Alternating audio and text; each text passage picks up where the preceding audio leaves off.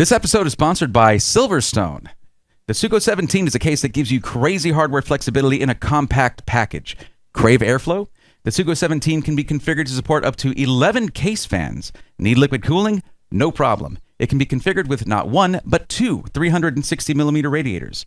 Head to the link in the description to check out all the other configuration options and pick up this premium case today. In this episode of Full Nerd, chips, memory cases, and more.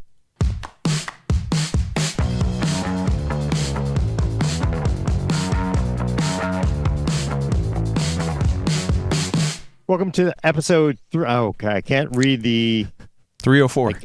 I can't hear the audio, but not just. Welcome to episode 304 of the Full Nerd. I'm your host, Gordon Mong, with Will Smith. Hi, hello, hi. Special guest Spraythorn. Hi. I talk about pre-built and pre-built accessories. In honor of your Adam background. Patrick Murray controlling the vertical and horizontal. Yeah, kind of. Willis is still hanging out in Taiwan, having some fun, and then Alex is taking some time off too. So I was like, okay, well, how am I going to control the verticals and horizontals from this table? So I got this this wireless trackball. Who handles the diagonals, by the way? Both at the same time. Right. It's one's right brain half, and the other one's left half of the brain. Right. So yeah, one's vertical, one's horizontal. Okay. Usually Gordon gets the tangents, though. He's very good at those. Exactly. Yeah. You know what I want to know? That's Is good. anybody here ever actually adjusted the vertical and horizontal? Because I have. I'm sure Oh, yeah. Will has. Yeah, I got in big trouble when I went to my grandparents' house one time, and I adjusted the verticals, the horizontals, and the hue for them, and made everybody look like a Smurf. Oh. Yeah, I was not allowed to touch the back of the TV after that. Yeah. And if we're talking about physically, I wish I was a little bit more vertical and less horizontal. Oh, there you go. Yeah. Boom. Hey, we all got that, brother. Well, I think we all got a little extra horizontal from all the night market food. In yes. Taiwan. Oh, yeah. Because Braithorn was there. That was your first time. My first Computex. time. And to wow. Taiwan in general. And to be Right, going yeah, to yeah. Taiwan, Taipei, all that in general. Yeah. Loved it. It's like the dumpling situation looked remarkable, I'm gonna say. The quickest way to get me excited about food. 2 words: soup dumplings. I'm done. Like that's forget it. Very yummy. Oh yeah. Also, of course, I got really addicted to capsule toys. I got this new series. They had it at the Taipei 101.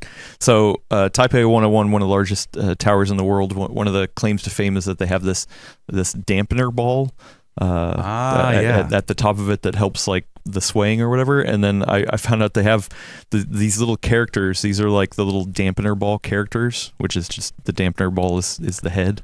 And then from the capsule machine, it has, I didn't get all of them, or I'm not showing all of them here, but the little dampener ball character hanging out with some of the main attractions of Taiwan. So that was a pretty good. I got to say their tchotchke game is on point. Oh yeah, it's little. You can spend a lot of money. Oh yeah. Real quickly on little tchotchkes. Yes. Like, Is you it know just what? one machine, or is it a whole ton of machines up there? There's machines everywhere. I'll say for these dampener ball ones, it was one specific machine that they had multiple versions of at the Taipei 101. So you could only get these at Taipei 101. If you like physical gotchas and crane games, like you will be in heaven over there. There's just crane game edifices there, just like. Okay, so but like Crane Game Sitch, because Crane Game has a wide variance between whether Crane Game is fun or whether Crane Game is impossible. What was the skill level of these Crane games? In Taiwan, it's never fun. It isn't. Okay. It's just all people like cursing at their lives. There's kind of a social contract that you got going on there. Like you know what you're going into. You know what you're going into. You're there to play, not necessarily there to win. You're never there to win. You're never there to win.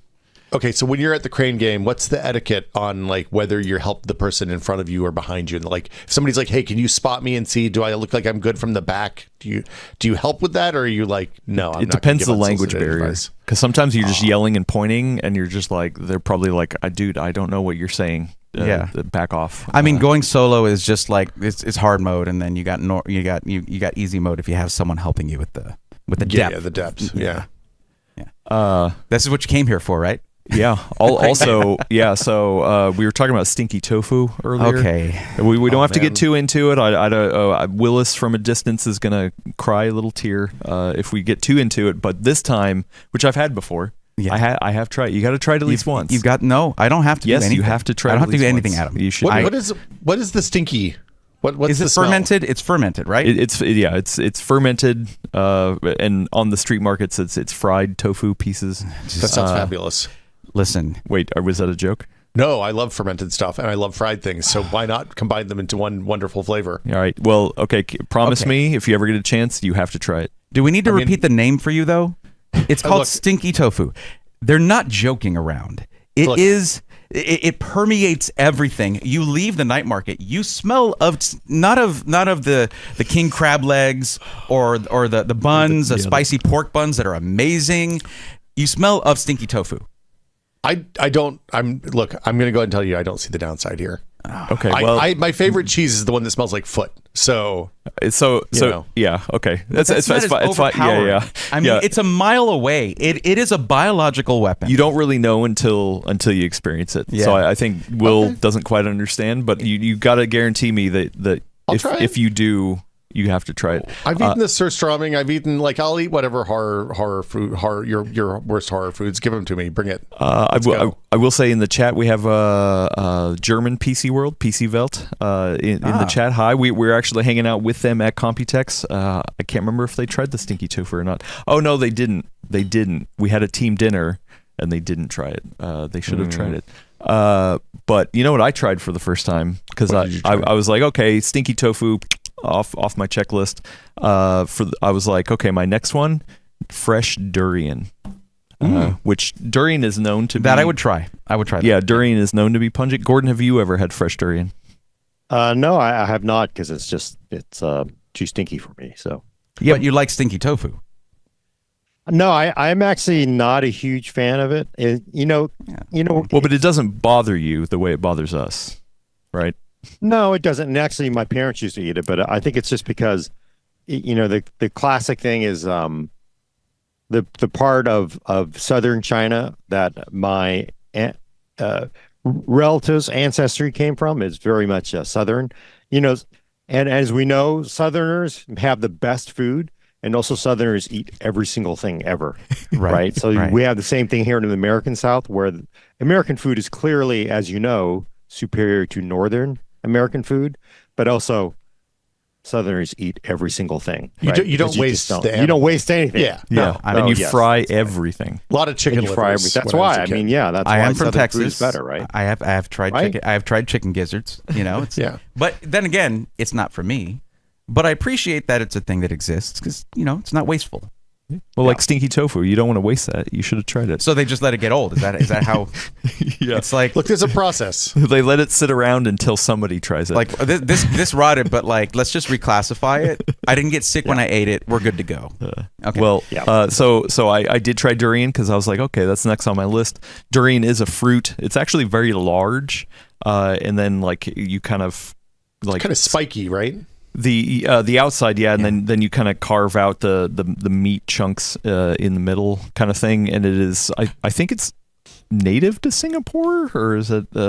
I've always heard it in the context of Singapore, but I knew, that it would be in Taiwan. So I did see a fruit stall at one of the night markets, and I saw it, and I was like, okay, here we go. We filmed a little behind the scenes thing, so I won't spoil too much.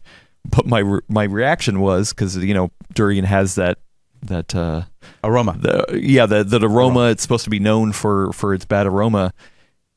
It was not as bad as stinky tofu. I was like, you know what? I didn't like it. It wasn't for me. That's a high bar, though. I know, yeah, exactly. And I was like, okay, well, at least I'm never going to have anything as bad as stinky tofu. I can get through durian, no problem, because I've had stinky tofu. Oh man, you're gonna get the Swedes are gonna send us the fermented herring. And Yes, then you're gonna have actually, some yeah, no. real regrets. One of our team members is from Sweden, and he was talking about the. See, the thing is, I don't like fermented stuff, like just in general. And so, yeah. I want to mention something Retro Sean said here. Friend of the show, Retro Sean. I'm right. Friend of the show, Retro Sean says, let's get real here. People think that oysters are good, and that's goopy snot in a rock. It's true. Oh, no. Yeah. Yeah. At least it doesn't No, that's smell true, bad. Right? Oysters are okay. Anyway, I'm not gonna. No I'm not offense gonna- to all I'm not gonna oyster debate it viewers out here. there, by the way. I Any bet if it's oyster fried, viewers, it's pretty good though. I bet Fried if it's oysters really. not too. I mean, you fry anything, and it's good. they're a little chewy. Look, the thing about oysters is like the longer they're out of the water, the less good they are. So you want to go to the place where they pull them out of the water and eat them right there. Yeah, right. And then they're unbelievable. But if you go to the fish market and they've been there for a day or two and they're of questionable aliveness when you're eating, like you got to eat them when they're still alive. Yeah, if you can smell it, then don't eat the oysters. If it's got to fight you, it's got to be fighting you on the way down, and then you know it's fresh. But I have heard that durian is less on the stinky side when it is absolutely fresh. By the way, okay. I've heard that. So like canned durian or something, you're in for it. But and you can get like frozen durian, or like Alex had. Well, I point to Alex; he's not here. Alex. Ice cream, durian ice cream. Somebody in the chat said durian milkshake. Like, hey, listen. Look, once again, I didn't like it. It's not my jam. But it was nowhere near the worst that I've ever had. So. The Asian market by my house has durian sometimes. I'll bring some into the office next time. Really? I see it. And, that's banned in the U.S. So is it? Yeah, what? No, that is illegal. oh boy, I believe durian is illegal in that's the US. actually why I'm What? here. I'm a plant. You're accessory to crime right now. Yeah, That's I know. crazy. I don't think you have that correct. That Yeah, would be really? like what? Did they stop you like crossing the border with it? Like you're smuggling? Well, you're let not the supposed to cocaine bring it go, on planes. But get that durian. Like you're not Yeah, supposed to bring it on planes. That's Well, I think pungent things you're not supposed to bring on a plane. Yeah. You can't also bring your Yeah, not bringing it on planes is the right choice, but Yeah. Yeah, but I also can't bring a Well, battery. you can't over bring it in 100 watt hours on a hotels. plane, You so, can't, come on. you can't bring a banana onto a plane if you're traveling internationally, because then the customs people yell at you when you come to the agricultural inspection. or meat. Well, Gordon, I brought a pineapple on the plane for you. Well, really, it's in cake form. Brought you a pineapple cake gift there. There you go.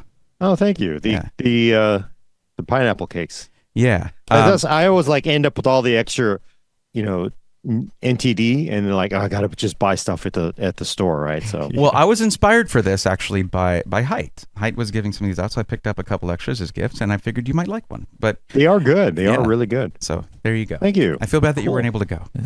So Yeah, no, it's a bummer we because missed I having you there. obviously missed a lot of cool news. Should we actually talk about technology here instead of just? I don't know. Chat's getting mad about it, and guess. and I don't know if We always get into food talk. you know. Yeah. Come on. Look, we're lunchtime. wrapping up Computex, but like the experience, and Yeah. food is part of the human experience. We must consume. It is definitely an experience. Well, I guess my question, Gordon, from a distance, like what did you think just generally of Computex? Because a lot of people on the ground were like, "Meh, it's kind of ho hum." Some people were like, "Oh no, this was great." Some people were like, what did you feel like from a distance? Well, I think a lot of the very focused YouTube community, it's very much about the meat and potatoes. So unless you actually see, again, desktop is the only thing that everybody thinks the entire world is, but reality is laptops are still the vast majority of computers sold today. So honestly, because we cover both, I think it was a great show because you basically had AMD, Intel, Qualcomm, basically all fighting for CPU. They all had their CPU news, although Qualcomm, they've doled it out over the last, few months, but we got a lot of great news from Intel and AMD there. And then, of course, NVIDIA didn't break anything out, which I think, of course, people were really hoping for a new GPU launch. So I think that probably contributes to it. But I think that's a ridiculous bar that unless you see brand new desktop CPUs and I see all the benchmarks and I see the deep dives on it, then it's not a show I care about. Like, to me, it looked like there was a lot of great information there with a lot of new cases. There was a lot of new RAM, stuff, the showcases. So honestly, from afar, it looked like a really, really good show. But of course, I know everybody they want to see all the details of the new CPUs. They want to see performance. They want to see price. They want to see happens to the old parts. They want to see value. And I think it's just kind of silly. I think that's an unrealistic expectation for a trade show, I think, personally. That's fair. To me, the big surprise was how invested the PC laptop OEMs are in the Copilot Plus stuff. I knew it was going to be big, but it felt like the second coming of Centrino to me, in that they were looking at it as a way to drive an enormous number of like just to be clear, Centrino was Wi-Fi on Intel chipsets in like 2003, I think 2002, and it like the hey, you can sit on your couch and use the internet was a real huge selling point, and people bought a bunch of laptops because of that. Lenovo and HP and all the different vendors that we saw, Acer and Asus and all those, seemed like they're treating this the same way. And I'm going to be really curious to see if the public actually cares enough about, hey, you have AI built into the computer kind of to spend money on that. Hold on. AI's in the computer now? Look, you It's can in get the computer. Look, you can have as many as 50 tops. Adam. 50 tops. Wait, 50 More than that. 50 AIs in the computer? Yeah, 50 like all AIs. fighting. It's like I see. I thought you said Tabs, the totally accurate battle simulator, and it's it's just a bunch of AI on a battlefield in your computer fighting. No. What it is you have 50 different little user agents, and each one fights with their answer, and then the one that's best ends up publishing it 300 milliseconds later. See, I actually wish that happened in the laptop. That would be kind of funny, How right? it works. Oh, okay. It's kind of how it works. I mean, I will say on the ground. But you probably saw this from a distance, guys, too. But like AI was literally just everywhere. It was everywhere. Everywhere. It was just like CES. CES 2023. That was metaverse everywhere. Yeah, and that was here and gone really fast. Obviously, just like Zuck's money when it came to that. But then for AI though, it's such a more generalized term and idea. Yeah, it's printing money. It is printing money. It's just like the craziest thing I think was seeing. You had your MSI, Gigabyte, and Asus, and all of them just making all of these products based around NVIDIA's AI, and it's just it's all sold out for like the next year already. Like they cannot crank these out fast enough, and they're showing them off as if they're trying to make sales. But like, what are you selling? There's nothing left. Well, and actually, I guess it. Once again, it was also a weird, interesting thing because I didn't go to any of the press conferences, and I will say thank you to Gordon and Will for covering the press conferences at very weird hours. But I think we all expected like every fifth word during all of these press conferences was going to be AI. Was that the case? Pretty much. I mean. I think I joked at the start of one of them that if you had a drinking game, just don't put AI on your drinking game list because you'll get alcohol poisoning in the first like 6 minutes of the show. Right. I don't know, Gordon. What do you think? I felt like we talked like those were mostly like the NVIDIA one was all about AI because it was about training. Like they're selling giant computers for data centers to train, and that's pretty much what they talked about. The other three were a little bit less focused, but it was still the thing that they kept coming back to. Yeah, I mean, clearly it's the buzzword that everybody thinks they're going to attach their train to because that's going to print money. So I do think they are all AI focused, but there was still good information from all of them. Again, you had decent Lunar Lake information out of Intel. Qualcomm, again, they sort of already had revealed most of their secrets, but making statements that they think they're going to take 50% of the PC sales in the next 5 years, that's really, really bold talk. And then, AMD, frankly, had probably the best hard news because you had meat and potatoes you had desktop Ryzen, you had laptop Ryzen, and then of course you had data center. I'm sorry, Gordon, you had laptop Ryzen AI. Oh god. Yeah. They literally. I want to get your take on this. They literally attached AI to the brand name. Not the model number, to the brand name. It is not Ryzen anymore. It's Ryzen AI. How do you feel about that? I think it's smart because they think everybody wants AI. Everybody's being told, this is part of the conditioning process right now. Everybody's being told that AI is the hot new thing. You must have it in your new computer. And even Apple is playing catch up. So I think to not take advantage of that would be stupid. And the fact that they branded that into the name of the laptop CPU is honestly not that surprising. People don't remember this, but I remember groaning when AMD introduced the Athlon XP, which coincided with Windows XP. Like, really? You're going to name your CPU after the Microsoft? And if you think about it, it's really smart because AMD's always come from, the they're always second banana to Intel, but to be able to get the actual branding of whatever's hot, and again, Microsoft pours tens of millions of dollars, if not hundreds of millions of dollars into marketing, so they get to take advantage of that. And really, it's a smart move because again, laptop is not the sophisticated crowd. We're not seeing Ryzen AI in desktop yet, right? So I think they understand that doesn't resonate because most PC gamers, most people on desktop are more sophisticated, but your average person walking into Best Buy and Costco and other retail stores, they see AI branded in the CPU. They're going to go, oh, I need that because AI is good, right? Because that's what everybody's talking about. So it is cynical. It is, but again, they are there to make money, and if you can get people to understand that, hey, it's got the hot new buzzword, you're going to do it. Again, they'd have to be stupid not to try to take advantage of it, right? If you're a company right now and you're like, oh, we're not going to push AI because I know you don't like AI. Well, you know what? The security guards would meet you at your desk when you got back there and they would walk you out the front door is what would happen, because this is how you make money. People groaned about NVIDIA's keynote. I get it. I understand it because you want C50 series. I want C50 series. What happened?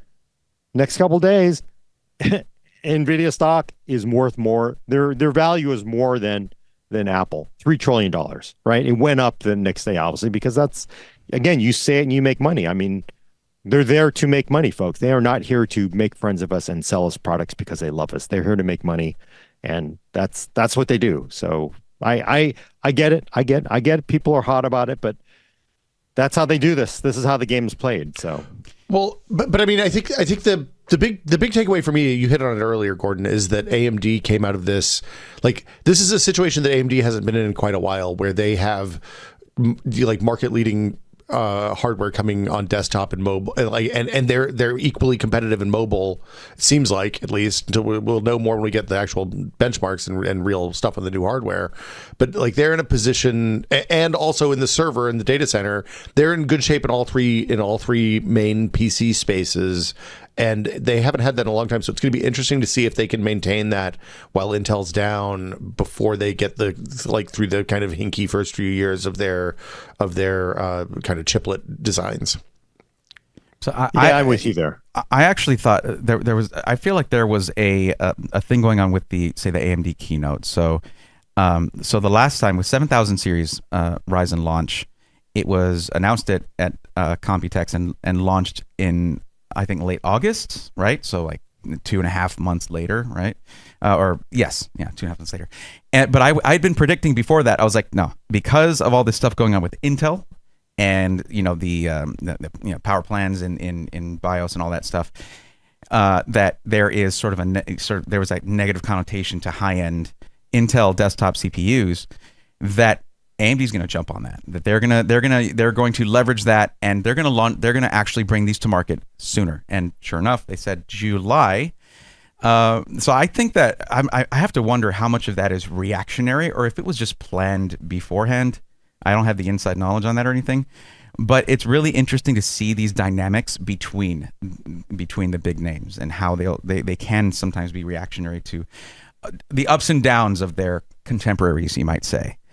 But it was nice to see that. Well, Gordon, it feels like a lot of the reactions were companies reacting to Qualcomm disrupting stuff. Oh, yeah. What do you think? Do you think that's a accurate way to portray it? Well, I think Intel was reacting to it more than AMD. Clearly, because a lot of their focus is on Lunar Lake. They have to get Lunar Lake out the door. Lunar Lake cannot disappoint. I mean, to be honest, Meteor Lake it feels like it did not live up to the promises that we were given in the run up to Meteor Lake. So I think Lunar Lake really has hit out of the ballpark. And again, they are making very, very bold claims that this will reset what people think about x86 and power efficiency. So they have to match. They really, really have to at least match Snapdragon X in battery, in power efficiency. Otherwise, going to be like, really, all this talk, and if you're not there, then that's going to be a problem. So yeah, I definitely think Intel, their number one problem was Qualcomm at the show, because the Qualcomm is obviously paired up very tightly with Microsoft. I don't think they were as concerned with what AMD was doing because, I know people don't realize this because in our world, we think that everybody buys desktops and nothing else exists. But frankly, again, the vast majority of the world buys laptops, and they need to be competitive with Qualcomm more than AMD at the moment, because even despite AMD actually having very good mobile CPUs over the last few years, they really have not been able to eat into Intel's margin in laptops. And that's, again, it speaks to the more mainstream market, because most people that go in, they don't know what a Ryzen is. They don't know it. They don't really even, right? They just go like, I just need something good. They see the NVIDIA sticker, they see the Intel sticker, and that's all they know, right? So that's they mostly buy on branding. Well, but I mean, I think if you look at those three big companies, right? You've got Qualcomm that's breaking into a new market where they've never had. I mean, they're using the knowledge of their OEM partners, right? So Lenovo and HP, all the people building Qualcomm laptops, have ins into the retail channel.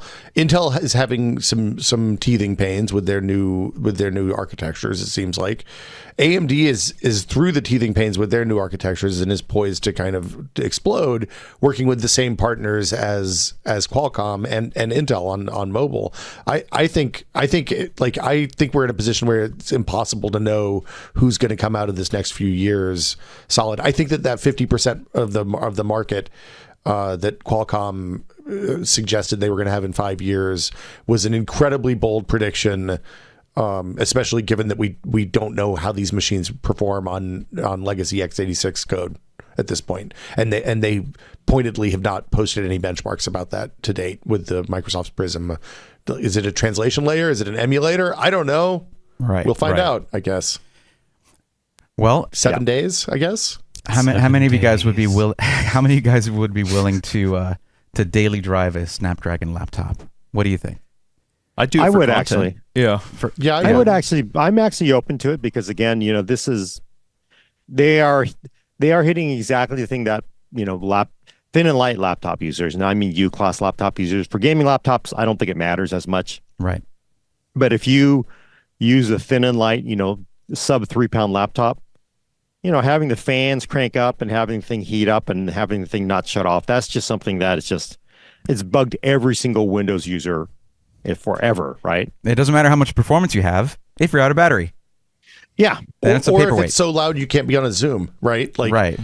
Yeah. So I'd be ready to try it, frankly. I actually, again, I look forward to it.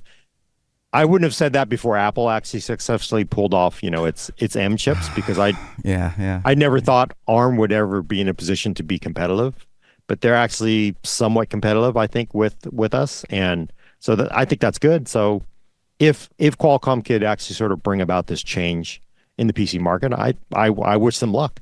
To me, the wild card is the x86 compatibility stuff, because Apple has the benefit of changing their top to bottom ecosystem and forcing all of their developers to embrace the new thing. Microsoft doesn't have that, because no matter how many laptops they sell in the next few years, 90% of Windows users are going to be on x86 for the foreseeable future, just because of legacy hardware that's out in the channel, I guess, until next October when Windows 10 conks out. So you have to assume that they're going to have a harder time getting people to make ARM native software for Windows than Apple had getting Apple developers to port their stuff over. So, like, for me, if the x86 compatibility stuff isn't good, then it's going to be a real bummer. It's funny that you bring that up, because they were touting, you can run 1,200 games on this. Do you know how many games there are? They said they tested 1,200 games on this. They did not say that you can run 1,200 games on this. Fair, yeah. But I mean, what is it like? 14,000 games released on Steam last year. Last year. Just from a quick Google search and looking at the terribly inaccurate information you usually get immediately from that, the number 5 million came up. And just including from the first video game, right? But that's it's unless they're talking about the games everyone's playing right now. It's just a funny number. It's funny to say, here's this specific number of games we've tested. And like tested that was like that of the amorphous claims of Computex keynotes, that was the most amorphous of them all, because 1,200 man, I've tested 1,200 games in the last year, but do they run on my ARM laptop? I don't know. Also, the word well wasn't in there. Do they run well? Like, you don't want your game. What is it? Smooth 30? Is that what we're looking for? Smooth 30. Smooth 30. Yeah, man. Yeah. Well, see, I think the thing though, like again, I really would want to try a Snapdragon laptop just to see what it's like. But realistically, I could also see. So you run it for a few months. We get Lunar Lake. We get Ryzen AI 300 series. And again, Intel makes the vast majority of laptop CPUs. I can honestly see like people going, "Oh, that's kind of cool, the Snapdragon thing." Oh, but Snapdragon or Lunar Lake it's pretty close. Even if they're a little bit below Snapdragon in battery performance, but they offer 100% obviously of x86 performance. And it's got the Intel name on it, and there's just far more Intel laptops out there running Lunar Lake. I could honestly see like, oh, that's kind of cool, this Snapdragon thing. I'm going to go with an Intel laptop. And I think that's going to be Snapdragon's big problem because, you know what? I mean, people, they buy Intel. There's a reason why AMD, despite having really, really good, there were times, frankly, they had better parts than Intel did on mobile. The pure CPU itself, right, for efficiency, but it was really hard for them to ever break in. I think it's really just tough to get into that market. So I think in the end, it's still going to be tough. That's why that 50% claim seems like that is really just like that is writing off way more than I think. That is assuming immediate adoption into the zeitgeist, being a household name right off the bat, which, I've been using a Snapdragon CPU for a while. We all have, Right. But not in that context, and that does make a big difference. Also, Intel and AMD have established product lines all the way down to like the $200 laptop that that you sell at Best Buy, and like the fat part of the curve is probably in the sub $500 range for non-business, for consumer laptops at this point. Qualcomm doesn't have. We don't know what their chips look like for that. I'm sure they're just going to scale down what they're putting in the $1,000 laptops. But without that strategy in place, it's hard to know what their chances are. So Gordon, you mentioned Lunar Lake. Obviously, that was where Intel put a lot of effort. We actually have a really good long interview that Mark did with. Names are escaping me. You're forgetting. Yeah, okay. Your brain's still in Taiwan. Dan Rogers and Dan Robert. Robert. Yes, Dan and Robert. Thank you. It was a good time seeing those guys again. They say hi, by the way. And it was so a lot of information that we hadn't had before. But all of the Lunar Lake laptops that were there, even the Lunar Lake handheld that MSI had announced was there, but it was all behind glass. You couldn't touch it. Couldn't get any feel for it at all. What do you think about that, Gordon? Well, they have to protect it to make sure there's no kind of slip ups and creating really bad headlines like, oh my gosh, somebody had it on display and then somebody installed the benchmark and boom, right? And then what's really unfair about that is you are basically looking at engineering sample BIOSes, hardware that is not ready, and then somehow, as we know, as we're all part of the media, then the headlines run away like, oh my God, Lunar Lake performance is terrible, right? Trash. So you can't have those things happen. So that's why you would want to protect it. There actually were some Lunar Lake hardware on display. I think I saw WCCF Tech actually had a few screenshots or pictures of Lunar Lake hardware running, but it was tightly controlled. It's not like you could install benchmarks on them, but they were there if you look for it. Well, and Intel even showed off they had a little demo to run. So that's a very promising demo, right? Because they showed it. That if you go to Mark's video, he actually showed it running. They ran Wildlife. 3D Mark. Was it Wildlife? Yeah. 3D Wildlife. Both of them locked down to a fixed. I don't know. Was it fixed TDP or fixed clock? I can't remember. Well, it was a 1080p 60. So they had it basically fixed, and they were getting 50% more performance out of Lunar Lake at the same power, I think, than they were getting out of Meteor Lake. Other way around it, at the same performance, it was using almost 50% less power. Yeah. So, which, I mean, especially for handhelds, that's why I did an interview with MSI, kind of talking about their plans, and they were like, "Oh yeah, Lunar Lake is going into this new one," and so far they think that's definitely going to be some good uptick in battery life and efficiency and all that kind of stuff, and performance as well. Right. So, but getting back to your point of like it all being under glass and protected is, again, you don't want to have it turn into bad news story that just kind of runs away and they're beating down for a week. You don't want that to set the narrative but then also it sort of speaks to the fact that it's obviously not quite nailed down. If we're really, really nailed down, then we probably would have seen a lot more hardware that would have been more approachable. So it just sort of gives you, an indicator that they are just running at 11 just to get this thing out the door, right? It just feels like that. And honestly, they are, because Intel is in the position of having to fight everybody. They're fighting AMD, they're fighting Qualcomm. It's almost like they're fighting Microsoft in some bizarre way, because Microsoft is pushing Qualcomm so hard.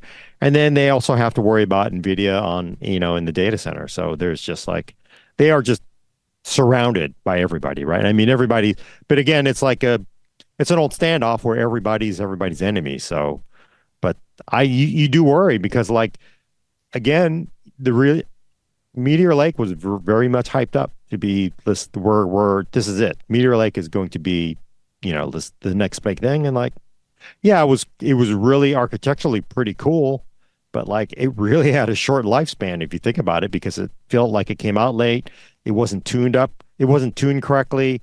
The performance wasn't quite all there. The battery performance wasn't all there. It just feels like they are just running, with their hair on fire. So that could be an indicator of that, which isn't good, And what is your take on having the memory on die? I don't have a problem with that. I would have liked it if they had a 64 gig configuration. Mm-hmm. I'm not sure if that's actually the IMC that is the issue there, or maybe they just cut it off for power. But they did say they did that specifically for power, because you move the DRAMs as close as you can to the actual SoC. You get more performance. You get you save power, and all the indicators are they pulled every single trick out of the book in order to make Lunar Lake amazingly power efficient. So I don't have a problem with that. And again, Apple's been doing this for a while. Yeah. I thought the media kind of went off a little bit too much, including us. Oh, I can't believe you can't change the memory. Well, when's the last time you could actually upgrade LPDDR5X or 4X? Well, you never could, because it's always been soldered down to the board. So I never quite understood that. Especially on thin and light. I mean, right. And they were pretty open. Hey, Lunar Lake, the discussion we're talking about right now is on thin and light, systems. Right. More gaming laptop kind of stuff is, they'll talk about later with Arrow Lake stuff. So you did mention gaming laptop Snapdragon earlier, and though they were cagey about it, there was mention of the 8 unused PCIe lanes that are there. So it could be a thing, and it could be really good. We don't know. But if they had something, though, if they already had something developed, they would have been showing it off. So that's why they were being cagey about it. They're like, no mention of that yet. Yeah.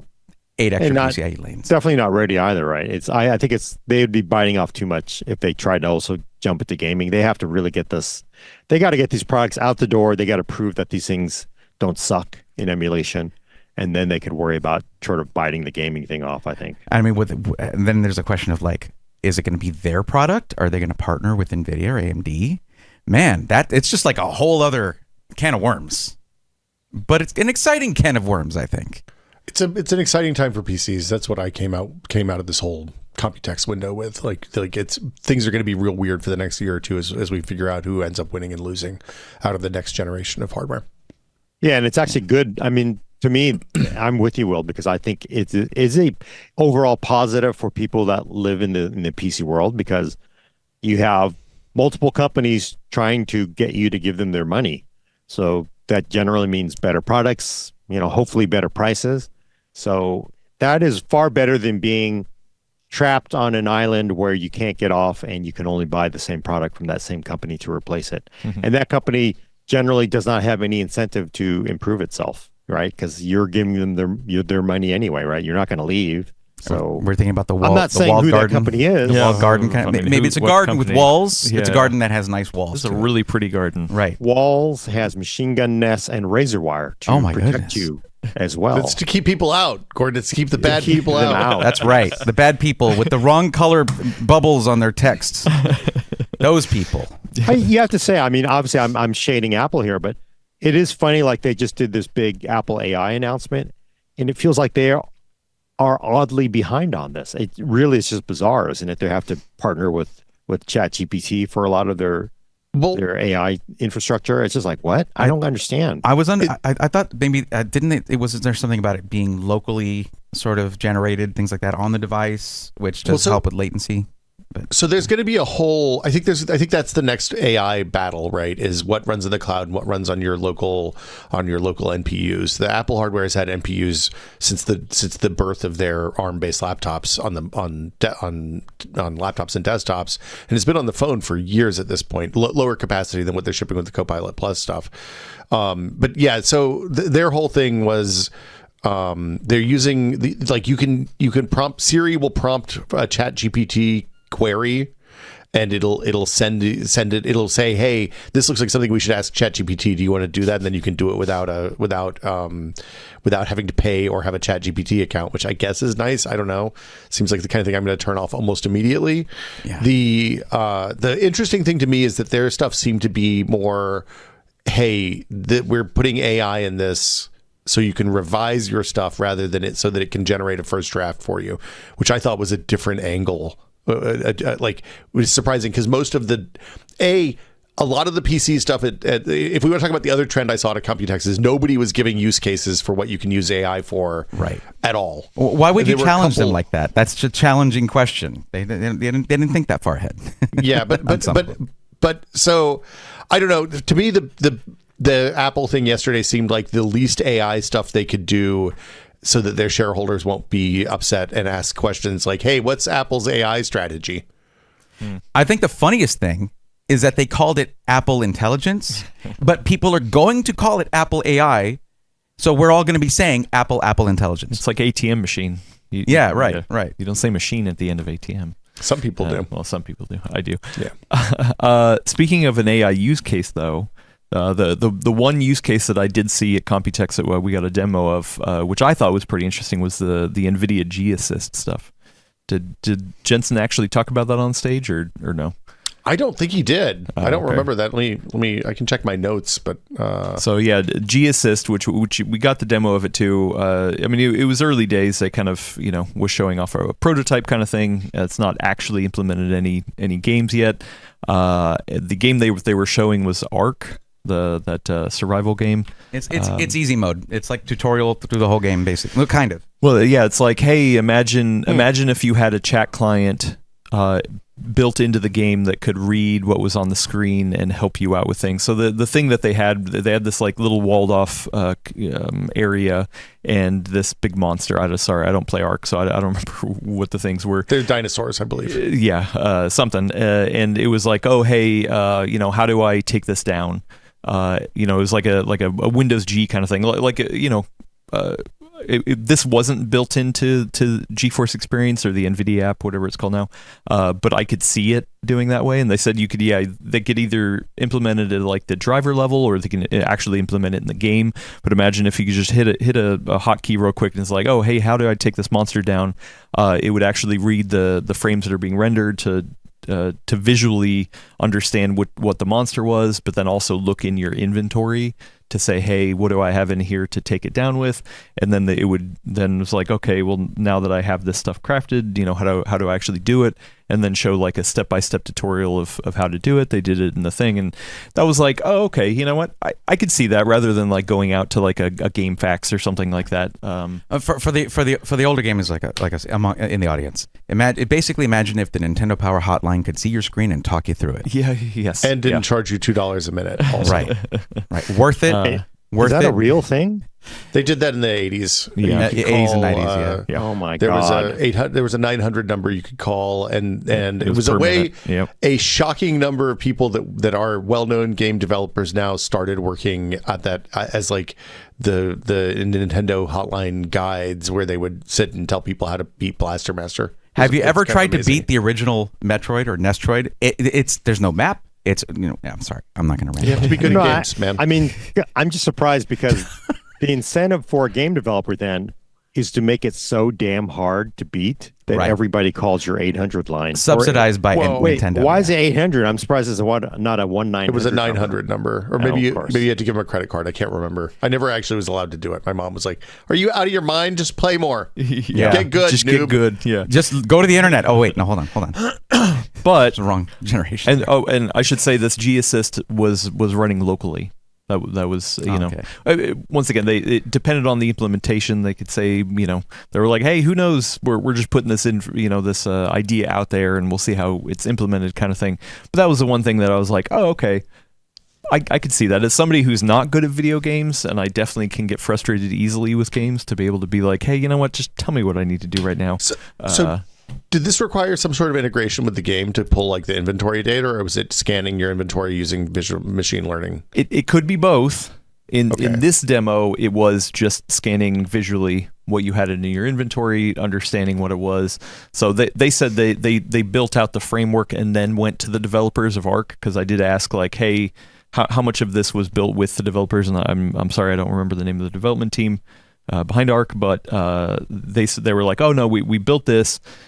Took it to the developers to say, hey, can we use this as an example to show off? And, I'm sure they were more than happy Absolutely to have NVIDIA be showing off their game. So, yeah, they said in this scenario, it was like less overhead from the developer. But once again, if the developer wanted to take this and actually implement it in the game and say, hey, here's information that we can train beforehand, because maybe we think that a lot of people are going to be looking for this or that, but they were like, hey, also, but if it doesn't have a game implementation, it can just read off of, what's in the screen and hopefully help you as well. So, and over time, it might get better. It might get better over time. I thought it was interesting. I did see it. I saw another implementation as well. Went to ASUS HQ, and they had sort of a walkthrough thing there where they were showcasing some stuff. And one thing that they had is an AI implementation, because they had to have something, might be gunning for our jobs as PC-centric content creators. It's something that guides you through the process of speccing out a PC, picking your parts, and then the process of building it. Oh, yeah. And I'm like, see that. Yeah. I'm like, I should feel threatened. I don't, but I should. But honestly, it's cool. Anything that can help people who are new to PCs, to help them get into PCs, I'm a fan of. I am. I don't remember what they called it. They did have a name for it. It was early days. Yeah. But yeah, so the idea is, imagine if you could go to a website and kind of put in a use case scenario of like, oh, hey, I'm a struggling student, what can I, what kind of PC can I build? And it would recommend products, obviously, from the ASUS product stack. But then, a little biased. But then the next tab was, hey, I put all of the, assuming you got all those parts, the next tab was, hey, we put all of the PDFs of instruction manuals in one spot, because they knew that you already had those parts. And I was just like, oh, that's the real killer app right there. Every time I see one of those demos, I'm like, oh, that seems neat if it works. And then I think you guys may have been even traveling. Google rolled out their AI search results and got so thoroughly roasted within like 5 days that they rolled back to the previous version of search. Oh, really? Yeah. So like, I'm not too worried about that from a career safety standpoint. Well, and the ASUS implementation, was definitely early days. Like, they only had like 18 products in the database, because I was like, oh, do you have all the ASUS products that you sell? And they're like, not quite yet. And then also you couldn't get super specific about like, hey, I have $500 and I want to build an NVIDIA based system. What is the best configuration for that? It was more like a broad scenario of situations. I honestly think it would be better implemented as for troubleshooting. I think that would be better. I think that would be a great way to help get people into being able to troubleshoot and repair their own stuff. Mm-hmm. And that'd be a good step towards right to repair, wouldn't it? That'd be good. But also that troubleshooting AI could just be a flowchart that starts with, have you tried rebooting, and ends with, maybe have you replace tried the defrag? motherboard. Yeah. I mean, the troubleshooting is a process of elimination. That's what it comes down to. Yeah. But then you have a helpful AI helping you out with that. Sure. I mean, but then you also can have the visuals and animations on how to do the things that we had to stumble through learning ourselves. That's true. Way back. So what are they training it on? Did they say what? Is it built on their own employee information, their own help forums, or are they doing this thing where they basically watch all the YouTube PC content? No. It wasn't that deep yet. It was literally It's just still like pretty shallow. Yeah. It was like, oh, hey, here's some products that we have. Here's some general guidelines of what the kind of people who might want this product stack. It stood out to me because it wasn't as esoteric as some of the use cases we hear. It seemed pretty practical. It wasn't too off in the wings there. It was right there, something practical. that you can actually use. Yeah. So that stood out to me immediately. Companies, if you make something that's practical, that's going to catch my attention. That's all. And some of it was so practical that like it didn't really need to be called AI. Like my and I'm going to pick on Elgato here because this is just one use case. I love Elgato products. But they had they were like, oh hey, we have this new feature in our prompter software that as you speak, it'll move based off of it knows what lines you're reading, and I'm like, it's not really AI. It's kind of been there for a long time. Yeah, that's been there for a long time. You didn't need to call it AI, but like whatever. That is nice though. That used to be somebody's job. This the AI scroller, the prompter scroller. Yeah. I mean, or a little remote. You just have a remote. Do you think we're sort of in that? Because the classic computer term for this is killer application. So we need it feels like we haven't seen a killer application for consumers that's built around AI yet, right? Well, I think a big part of the problem. Oh, sorry, Gordon.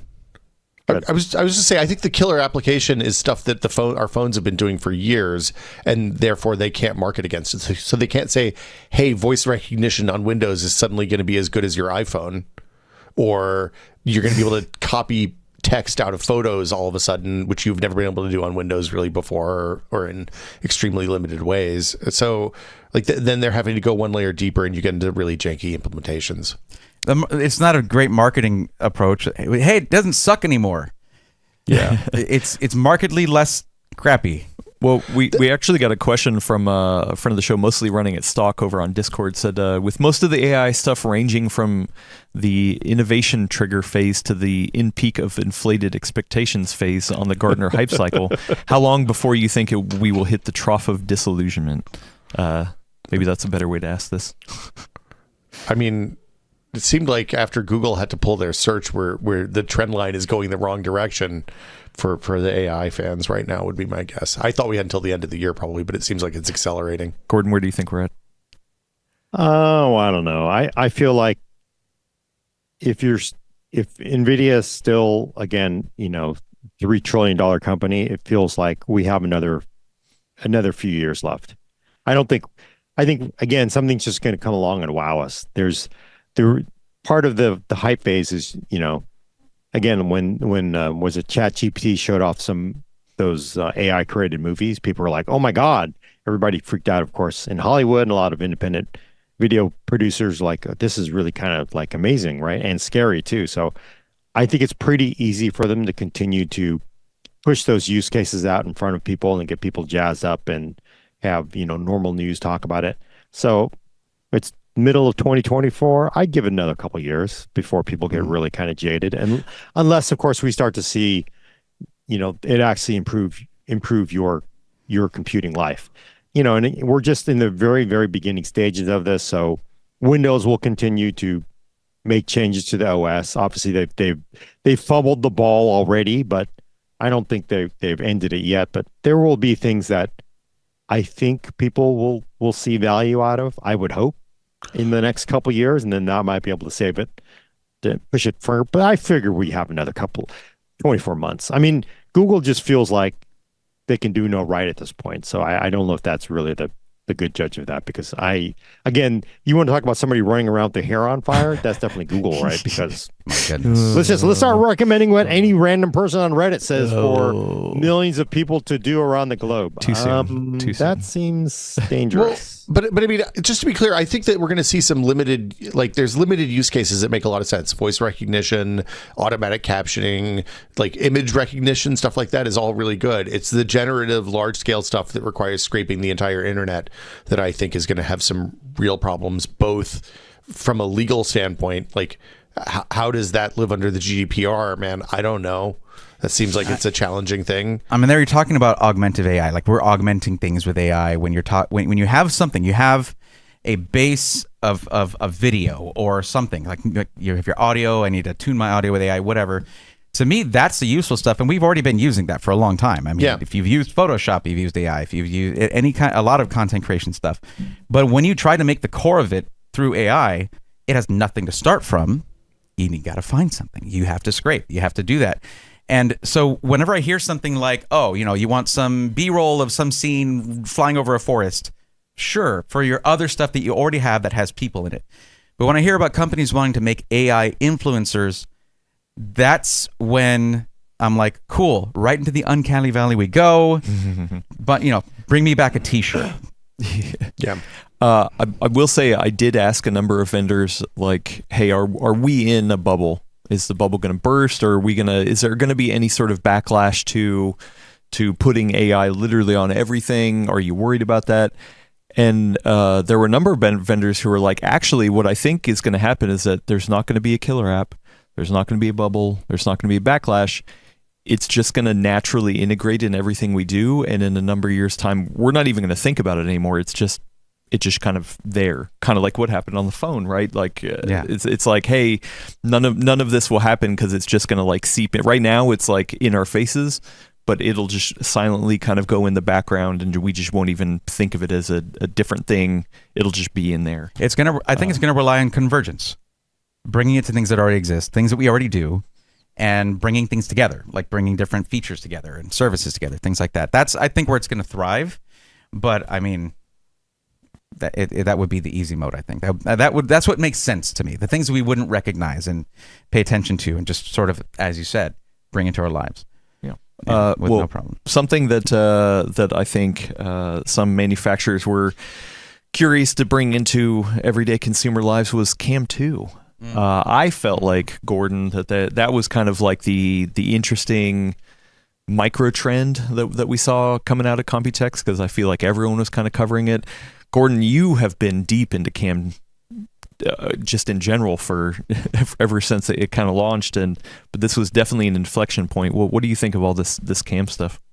I was actually kind of surprised that so many vendors got aboard.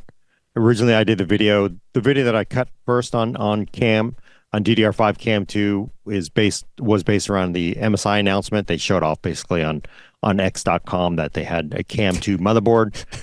And then, of course, you get to Computex, and it seems like Asus had it, ASRock had it, G-Skill had some. There were quite a few DRAM vendors as well that had Cam 2 modules and LPDDR5 Cam 2 modules as well. There was a Cam handheld? There was, LP DDR5 Cam 2. I was kind of surprised. It really seems like a lot of people are really dipping their toe in it. So I was quite shocked. I didn't think it would be shown off that way.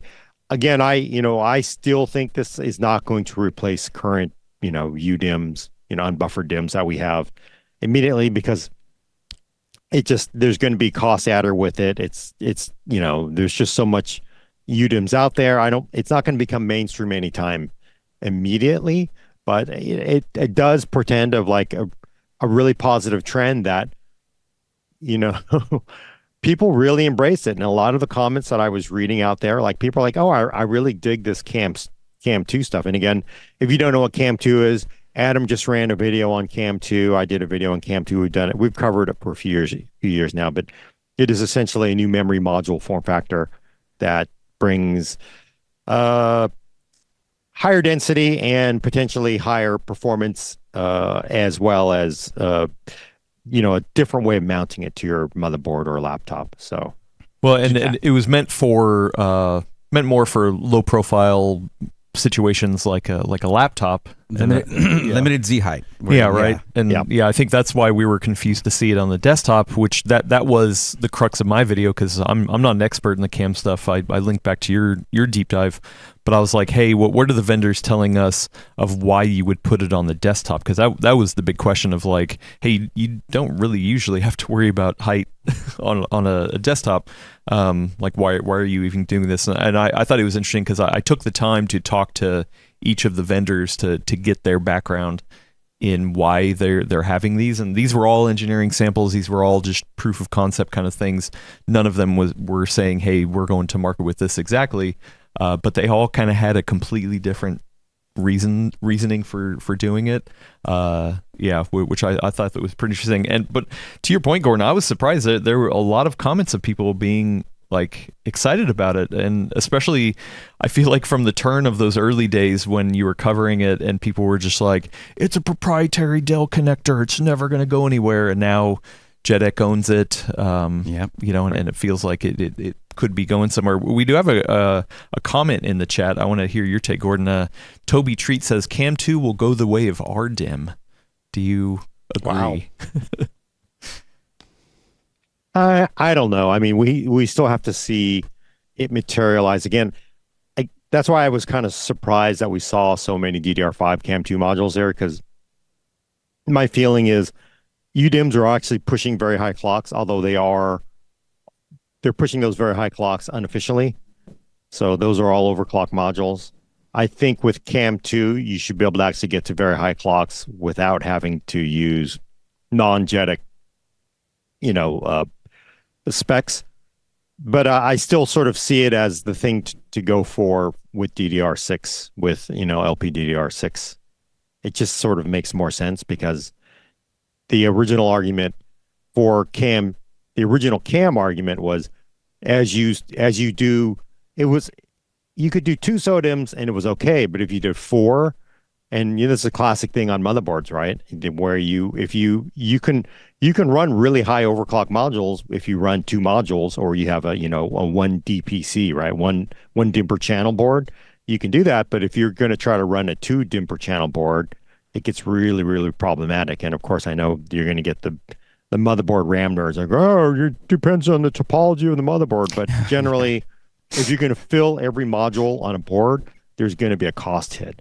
So I sort of think it's really going to do better, with DDR6. It'll have a more powerful argument with DDR6. So you brought up a question, a good thing. So you mentioned the 1DPC thing, and it reminded me. I was watching your deep dive, and you were bringing up the JEDEC spec, showing what they had there, and you had there was the single dual channel Cam 2, but then there was also dual single channel stacked. Yeah. So my question there is, because I think what a lot of us would be wondering about, looking at some of these megatransfers per second speeds that they're talking about, what about thermals if you have 2 stacked single channel Cam 2? What are thermals going to be like? I mean, are we basically insulating the bottom one? Yeah, I sort of saw because originally the original Dell Cam spec was all the modules were dual channel, right? And then it got the JEDEC, and the JEDEC members, again, it's run by committee, right? They came out of that, and they basically split the connector down the middle so they could do dual channel and single channel versions. I sort of see the single channel modules as very, very high capacity modules. So typically, servers, workstations where you might need, a terabyte of RAM or more. Right. So I don't really see that being that much of an issue, because in a properly designed workstation server, it's not like, somebody getting their AI telling them how to build their PC and then like not building it right. I think those will be properly built enterprise commercial machines that won't have that issue. And I don't think for consumers, we'll see though. We'll have to see. I don't think the single channel configuration would be preferred. I think most consumers boards probably end up with that dual channel. I mean, so it's a good question, but I think it was like 7.5 millimeters to the second Cam 2 module. And with the kind of airflow you get, that sort of horizontal through airflow you get on a server, I mean, that's going to be fine. Yeah. I hadn't made that distinction in my mind of like, oh, this is enterprise. That makes sense for enterprise. If the dual channel modules go up to 128, I can't see for at least for a long time needing anything more than that on a consumer desktop, even if it's prosumer. Well, the vendors did say, hey, cooling will definitely be needed. On the MSI version that they were showing, they had a plate on there to kind of show it off. Spreader on there, yeah. The other ones didn't, but they didn't say that it won't ship that way. It's just that's what they're showing off with the engineering samples. They didn't have one. Well, I asked JJ the but- obvious question. Where's the crazy heatsink with the screen on it? Oh, that's coming, I'm sure. Yeah. You know, where's the ROG version? Of course. Right? I also did ask all three of them. I was like, I mean, this is partially around the whole mini ITX form factor and discussions around that. We were talking about this. Yeah, and I asked like, hey, could you actually theoretically put the module on the back? Could you get any benefit from it? Would that help in any sort of situation that maybe you're space constrained, like mini ITX board? And all three of them, the people that I talked to, like, were kind of taken aback, like they hadn't necessarily thought of it. And then they were like, well, yeah, theoretically, I guess you could, but yeah, like you would have to make sure that heat wasn't the problem, because usually in most cases the airflow doesn't really go across the back of a motherboard kind of thing. But in mini ITX systems, maybe these are manufacturers who've been putting M.2 sockets back there. Yeah, exactly. And that generates heat too, especially depending on what generation PCIe gen you're on. Yeah. So yeah. But that is a way when we're talking about Gordon, when you're always talking about how ATX needs to evolve, instead of sticking UDIM slots on the back of the board and just sticking out, because that wouldn't make sense. It does make more sense to lay it flat like a CAM2 module. At least, when you're trying to think of different configuration kind of types. So I do think that makes more sense for your ITX and MATX as well. There is more room for surface mount devices and stuff on a full ATX board, I think. But for sure, yeah. That's my opinion. What do you think, chat? And looking at most of the boards there, it looked like they had the sort of mid-size CAM2 modules on the board, and then it looked like the keep out area, it was actually designed to accommodate the larger CAM2 modules, because there are, for the dual channel modules, there's an A, B, and C, and the C module is the largest. It looked like it went all the way to the edge of the motherboard. So they get pretty big. Yeah, they got pretty big, and it was a little. I mean, it's a little odd because it feels like, well, okay, again, it does solve the problem of running. You should be able to hit higher clocks than a 2 DPC board design, but at the same time, that's a buttload of space, right? And you typically are going to push out. And then, so I thought, was it ASRock or was it ASUS that actually had to move the main power connector? So the main power connector is generally to the right of where your UDIMs are. And I thought I saw one of the boards where the main power connector was actually moved further somewhere else in the board. I don't remember seeing that. I'd have to go look at the B-roll of my video, but I mean, I think the other thing is the compatibility stuff, right? If you're putting all the RAM on these, because it's not like you can put two of these on the system, right? You're putting one in, so you don't have people trying to mix and match different sticks and then are like, hey, my stuff's not stable, but whatever. Which I don't know how much of a problem that is, but I still feel like people try to populate all 4 slots of their machine and then are surprised when weird things happen. And which I did see in the comments, some people were like, well, this sucks because in order to upgrade it, you're swapping the module rather than adding more sticks. But to your point, a lot of times people don't realize, hey, when you add more sticks, then you're not going to hit as high clocks, or maybe you have some sort of incompatibility problem where you don't realize that it's actually downclocking to the lowest common denominator, things like that. So it's there's one more thing. Think about this: Threadripper 9000 with dual cam 2. Oh yeah, right, because you have quad and okay. Right. Anyway, sorry. But I mean, most people don't realize that, even especially if you're buying, like, you can buy the same memory, the same SKU, and get different chips and get different compatibility inside even the same part number, which is it feels bad. Oh, and Tim says the MSI board had the power connector on the back, but that's obviously because it was Project Zero based. And then there was a whole performance thing. Obviously, performance theoretically can hit different than UDIM, traditional UDIM, at least spec wise. But ASUS was saying, because I asked each one of them what are the performance benefits for whatever sort of workloads, and ASUS was the one who was like, actually, for normal use cases like gaming, like nothing. They weren't seeing anything, but both ASRock and MSI were like, oh no, we're seeing huge performance benefits even in something like gaming. So I was a little confused on that because everyone was kind of saying something a little bit different to the advantages of performance-based stuff, but then Asus also said, hey, if you're really chasing performance, then you want soldered on the board. Which I think that's a lot of people would say that's a bridge too far. So maybe, but I don't know. Who knows? Maybe there are some people. Have we ever heard of any motherboard manufacturers soldering it to a desktop board? Is that a thing? Not that I can think of in the last 20 plus years that I've ever seen. We've seen desktop boards with SODIMMs. You've seen them with weird configurations, but they soldered, no. They didn't even solder it on with the NUCs, right? Like even the small form factors usually have SODIMMs. Yeah. It's just always been easier, cheaper to do it. It's that, I mean, most of it, I'm guessing, is a cost play.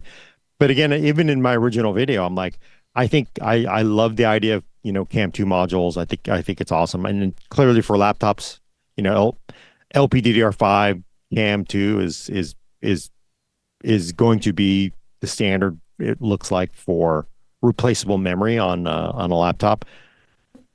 But I sort of said, well, what if AMD and Intel says, you know what, the density on DRAMs is so awesome and we can put it in the package? Don't think about it putting on a motherboard, because now you have to depend on the motherboard maker. But what if it's actually just added to the package?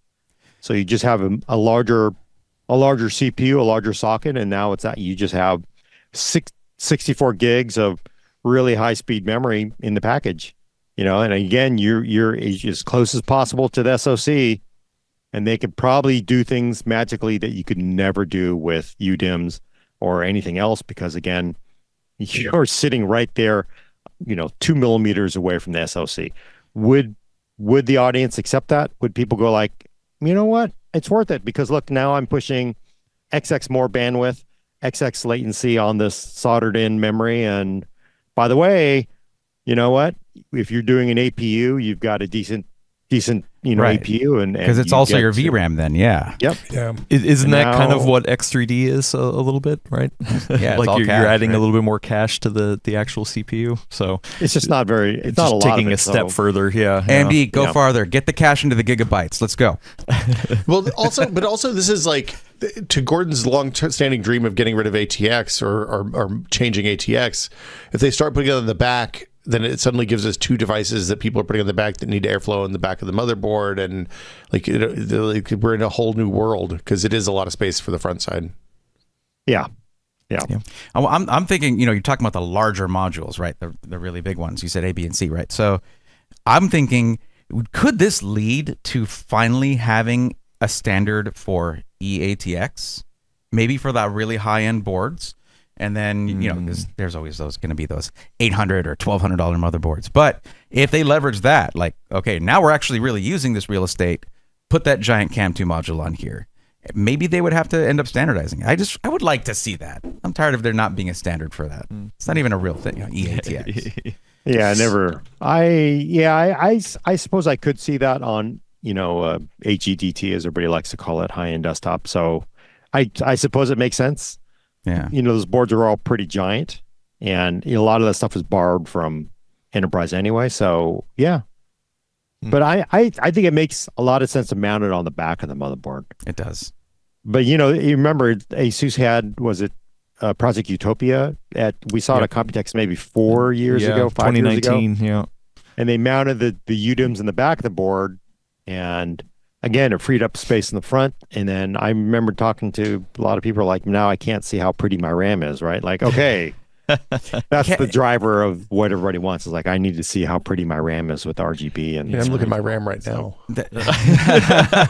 Excuse me, I'm just going to look at my RAM for a while. Yeah. That is one thing. Take a picture, though. it'll last longer. The aesthetics of Cam 2 are going to be, they're not going to be for everybody unless because what we're seeing. No, I would say there's more potential, because it's a flat surface area. So then your heat spreader is the heat spreader is what's going to have anything that you want on it. A screen, more RGB than the top of a UDIMM. So I would say the visual aesthetics could be even better. I'm wondering when we're going to see something like, the old like AMD chipsets, X570, stuff like that, where you had the fan on it. Oh, yeah. That chipset fans. That could be a thing. Chipset fans, it could be a thing. Well, what about the other idea though? Like, so right now, originally Cam was for laptops mostly, and then Cam 2 is again meant for mobile, but also desktop all-in-ones. But having it parallel to the board does seem like not the greatest for space savings. Is there a way to, as we, again, it's the specs that was changed, maybe in the Cam 3, they decide to mess with the connector and make it, if they can electrically make it as good as Cam 2 is, but then have it mounted perpendicular to the board. But the problem is it's going to act like a gigantic sail and block a lot of airflow. Right. But then but again, this comes with, we have to re-engineer motherboards to where the RAM is now in line with airflow on a desktop, right? So it could be, instead of having it mounted, vertical in front of the CPU, we just simply mount it above the CPU. Right. Or behind it, behind the socket. Yeah. And you'd have to play with your cooler mounting, right? Maybe a little bit, depending on the size of the module, but how much closer could you possibly get to the CPU than right behind it? Right. And that usually, in cases, there's an opening there. There is a cutout there. Case manufacturers will go in, start putting cooling there, because some cases already have cooling for that area. Yeah. Okay, all right, we answered it. Well, speaking of cases, we saw a lot of cases at Computex. This seems like the most fun part of Computex. It's a case show. And mods. Like, this was Alex's first Computex, and we walk around, and almost every booth had some sort of like mod, just to kind of show off. Alex is like, "Are they selling these?" And I'm like, "No, they just hire people to make cool mods to show off at booths for the most part." Yeah, and it was the same this way. What did you see case wise that you were excited about? There was a lot of great stuff. I mean, the Be Quiet came out strong with their yeah. And what was it called? 600. Was it the light base 600? And 900. And 900. They had two sizes. Yeah. I like the idea of being able to have 3 orientations for your case in seconds. That was great. The implementation of RGB was top notch, and already there's an improvement on the way for it, making it even better. I'm not a fan of hotspots when it comes to RGB, and I think most people feel the same. So Be Quiet came out really strong.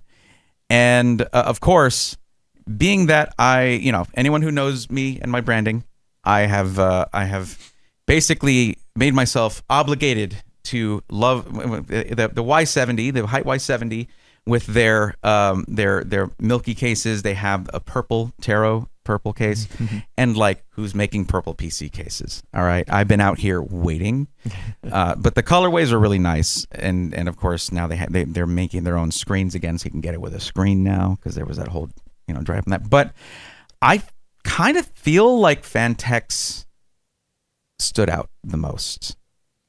Fantex, I know you said you didn't get to visit their suite. I didn't. I mean, I saw the news and stuff, and especially the one that had the curved. That's the Evolve X2. Bobby, I don't know if you're watching or not. I'm sorry. I want to call it the Evolve X squared, because you made the 2 an exponential 2. So it's Evolve X squared. And it really is a stunning case. It does borrow some of the aesthetics, I think, from it, and they said it was mentioned them quite a bit. The Founders Edition NVIDIA cards kind of has that sort of, you have two colors. You have the silver and the gold, and it is, in person, it looks way more expensive than it actually will cost. It has that feel when it comes to the materials, the build quality. It was really, and these are not even like the final versions, I think.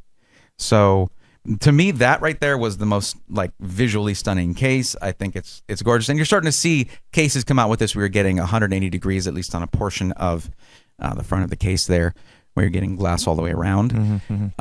And we know they're really aggressive on fan performance over at Fantex. So getting that chimney style intake and exhaust shouldn't be a problem. And I suggested this, because you're getting all your fresh air going just to the GPU. I was like, okay, have an optional filter for the rear fan, so it can be a reverse flow fan for intake directly to the radiator. And they were like, all right, okay, I see you. I see what you're saying. But also, they didn't. It's not just in the high, and that case is going to be $149.99. Would you have guessed that? Yeah, it's a lot of glass for $150. Yeah. It's a solid piece that you take off. And then cool. I think it's Is it 3? Yeah. It's 3 Oh, pieces. I thought it was. The tolerances are really good. Okay. For something that's kind of still pre-production, but okay. also aluminum in there, actual aluminum in there for the sort of, not applique. I don't know. It's not solid aluminum in there, Like but the panels. Yeah, the panels. And yeah. Did you ask why they didn't do a vertical mount for the GPU? I would think with that design, I mean, it looks good with the GPU kind of floating in the middle there, but it seems like you put a 4090 in that thing, it's going to block all your airflow from the bottom to the top, like you said, and a vertical orientation would maybe cut down on that a little bit. I think they're imagining you're going to do a Founders Edition one, which is Flow at least through, in length and width a little. It's a little bit smaller than some of the AIB cards. But Yeah. if I'm not mistaken, look, I got a video coming out on it. Okay, he said something about it in there. I think vertical mounting is going to be an option. Okay. So yeah, but they didn't force you to it like Height does, which is something different that Height does. You're not forced to do it. It's not part of the case design to do vertical mounting there. So that was probably my favorite one. We get to see these things. We get to see these things in person when you go to Computex, and I feel like in person it's even better. It's even better than pictures will really communicate. But also not just their high end. They also have some really nice entries, replacing some of their mid-range and more budget-oriented cases as well, and replacements for the NV5 and the NV9. Which are going to add in compatibility with reverse connections on motherboards. Fun fact, I believe the NV7 was the first released case out of the NV line, and there was less cable management room in there. They would have to completely retool it, so they're not going to have a Bat Connect NV7. It's not happening. Yeah. I will say that was the other thing. I wanted to... I ran out of time, but I did want to do like an update to back connector stuff. Like, hey, what's the status of it? Because last Computex, that was the big, trend that people were showing off was back connector stuff. And I wanted to do like, hey, where do we stand at a year later? Because there were some interesting developments. But yeah, I mean, for the most part, the back connector stuff was now just kind of baked into most cases. They were just like, you know what? Like, we have the cutout zones. Yeah. If people don't want to use them, sure. If they don't want to use them, whatever. They've had to find ways to increase the stiffness of the motherboard tray, which is there's nothing wrong with that. But case manufacturers are making budget cases who have thinner sheet metal are having to thicken that up. Mm-hmm. So they're having to raise quality of the materials they're using to accommodate this. Yeah, because I did ask Be Quiet in their new light base ones. They have cutouts for both BTF and Project Zero, and I asked like, hey, was rigidity a problem? They're like, no, because we make good cases. Okay. Yeah. Like he essentially. All right, Kevin. Yeah, okay. Yeah. He was essentially calm like, down, Kevin. Hey, we there might be a problem for some people, but not for us. If you buy from those other brands. Yeah. I mean, it seems like the big problem converting existing case designs over is that if there's not enough gap between the back of the back case and the motherboard tray, there's just nothing. That was the bigger thing. Yeah. I told them, why don't you put in 90-degree adapters? Good ones. Can you do a 90-degree adapter on a 24-pin ATX? You can. Yeah. I have done that. Okay. Yeah, and it ran just fine. It's still quite a bit of it's still more height than a lot of like my old NZXT case wouldn't have enough space on the back for a 90-degree. I don't think. Which why I think it also helps coincide with the fact that a lot of cases are dual chamber or have an option to be dual chamber as well. So like I think it goes hand in hand, which is nice. And I want to mention one brand specifically when it comes to cases, okay? And this is a brand new one. This is actually the next video I'm publishing, but it's on a brand called Tryx, Tryx. It's not Trix, although that would probably roll off the tongue a little better. But it's because it stands for Tri-X or try everything is what they're kind of going for there. But they have, I can't remember the name of the case. Oh, good. So many names. Sorry about that, but I'll look on the website. So they're, it is. This one is already there. Yeah, Luca, yes. Yeah, the Luca.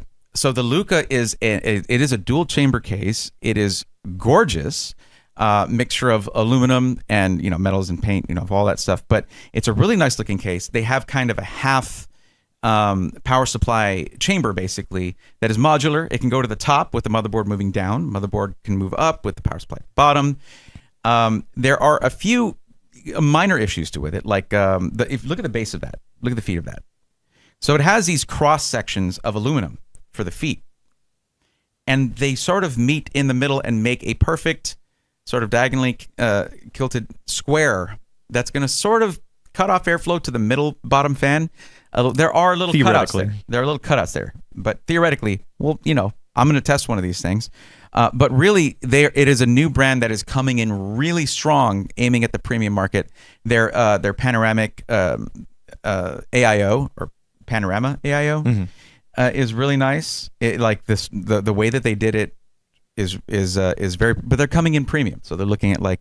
Does it have a bent screen? Is that what I'm seeing on it? It does. Oh, nice. Yes, the panorama, the bent screen is really cool, especially some of the included animations kind of give it a 3D effect the way that it works. It's really nice. AMOLED too. Yeah, so it's AMOLED nice screen. And you can also on the S, I think it's called the S, you can actually take the screen and you can turn it. So depending on how you have your case oriented, you can have it going. It's cool stuff. Keep an eye out for Tri-X. That's a brand that I'm Trikes. Trikes, right? See, I didn't even say the name right, but that is what it means. So I got the anyways, keep an eye on them. They're doing really cool stuff. They had other cases there, including one that had like bungee cord for the front panel, or it looked like the friendship bracelet bungee cord kind of stuff. No, it was that cord, paracord. Paracord. Yeah, but it was a little stretchy. But they had all these different colors. That one, it's a cool concept. They also basically took the concept of the snow blind. Remember the iBuyPower snow blind? So they had the LCD without the backlight on it. Basically, it was just a black LCD on the snow blind, and your inner lighting on the case would light up what's on there. But for this one, they have that, but they also have one that's just a full LCD. And it's a small form factor case. Yeah, that's your jam, right? That's your Jimmy Jam right there. Yeah. So that one, I'll show you some video of it. It's quite nice.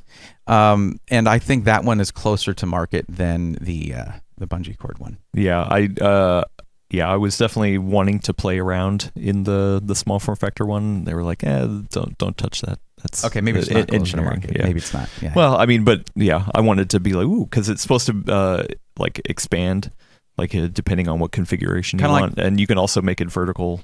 Was it the Fantex Evolve? The Evolve X Shift Evolve X? Something that one. Yeah. That was a great case from Fantex. So yeah, a great small form factor case. But yeah, that's my breakdown. There were more. There were a lot of great cases out there, but those are just the ones that really stood out to me. And anything that stood out to you, Gordon, case-wise? Probably that Raspberry Pi case that everybody really wants somebody to make. Although, I actually think that Raspberry Pi case, it could be made by anybody. So if you take any classic PC case that people love and just make a Raspberry Pi version of it, I think it would sell like hotcakes.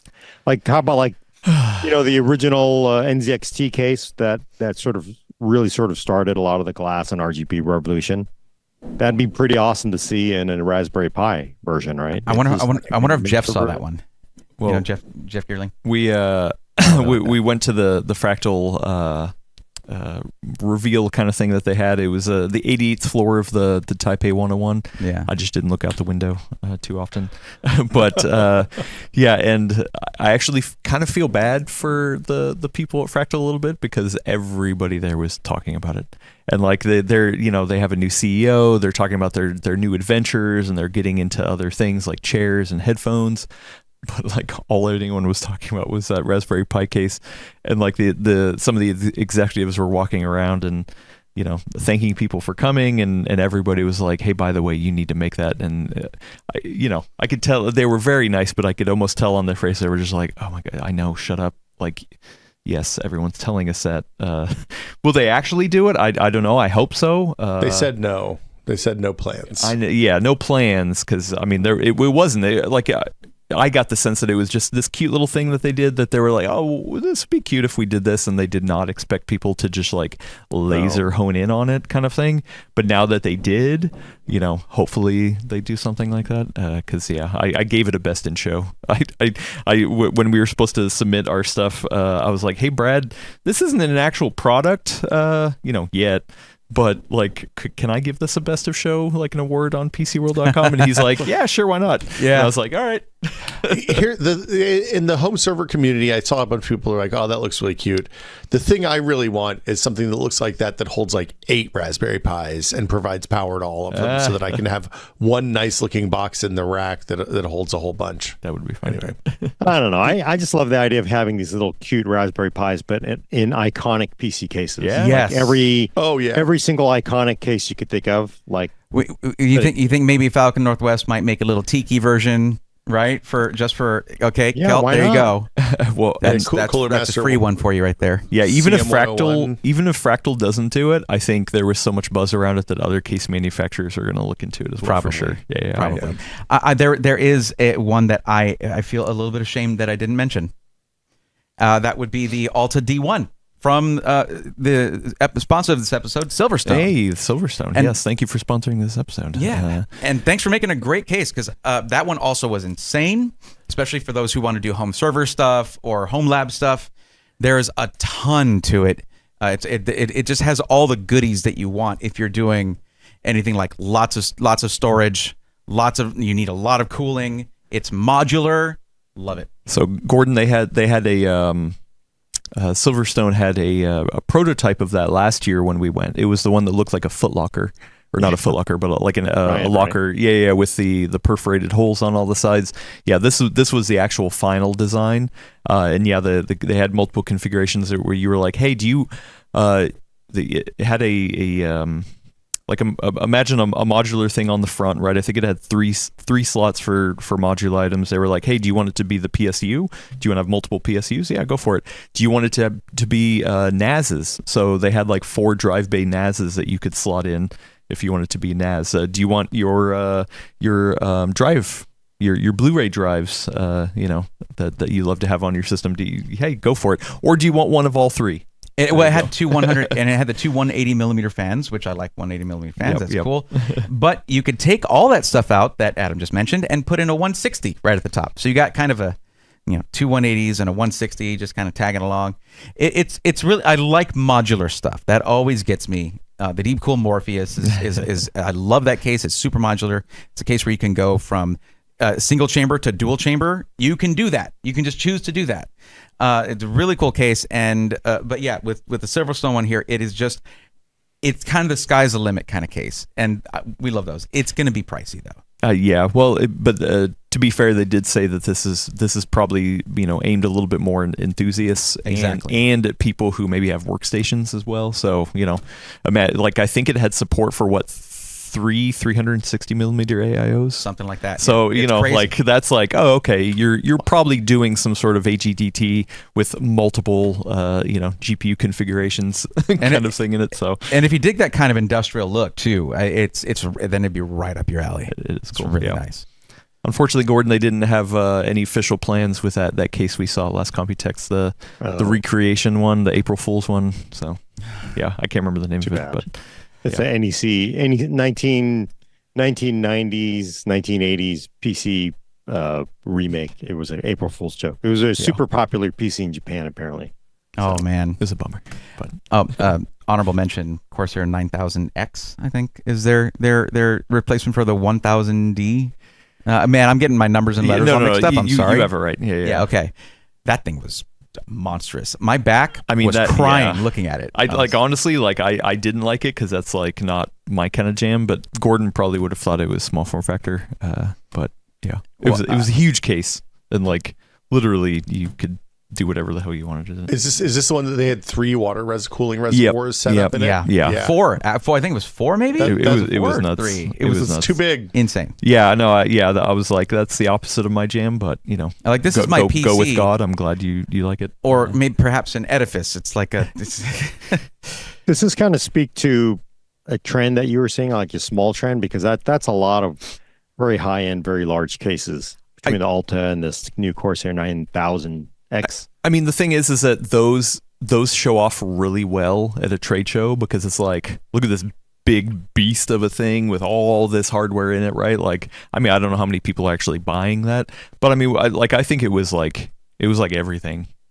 I would say in the bigger cases, I feel like the trend is modularity. Yeah. Hey, we have this huge case, and rather than having all this wasted space, you can configure it to be whatever the hell you want. Modularity and visibility is what they're all going for. Exactly. Yeah. So it's just like, yeah, which I think is good, right? Because some of these large cases from the past, it's like, oh, okay, well, there's only one way to do it, and then if you're not filling it up, you have like empty space kind of thing. But yeah.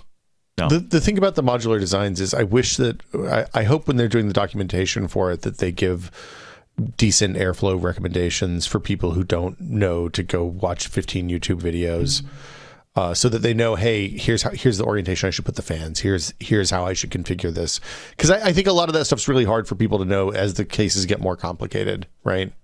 Yeah, absolutely. Well, the more options you have for airflow, then you get option paralysis. You're like, how do I want to do this? How many fans do I really want to buy? Because they're not getting any cheaper. Yeah.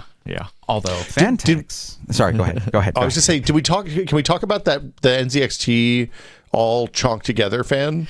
Yeah. Actually, I saw unibody. that. Yeah, what they call it the Uniblade or something. I can't remember names, numbers. Too many of them in my head, but I actually kind of liked it. They were like, hey, rather than doing a modular system, we're literally just putting all the fans into one.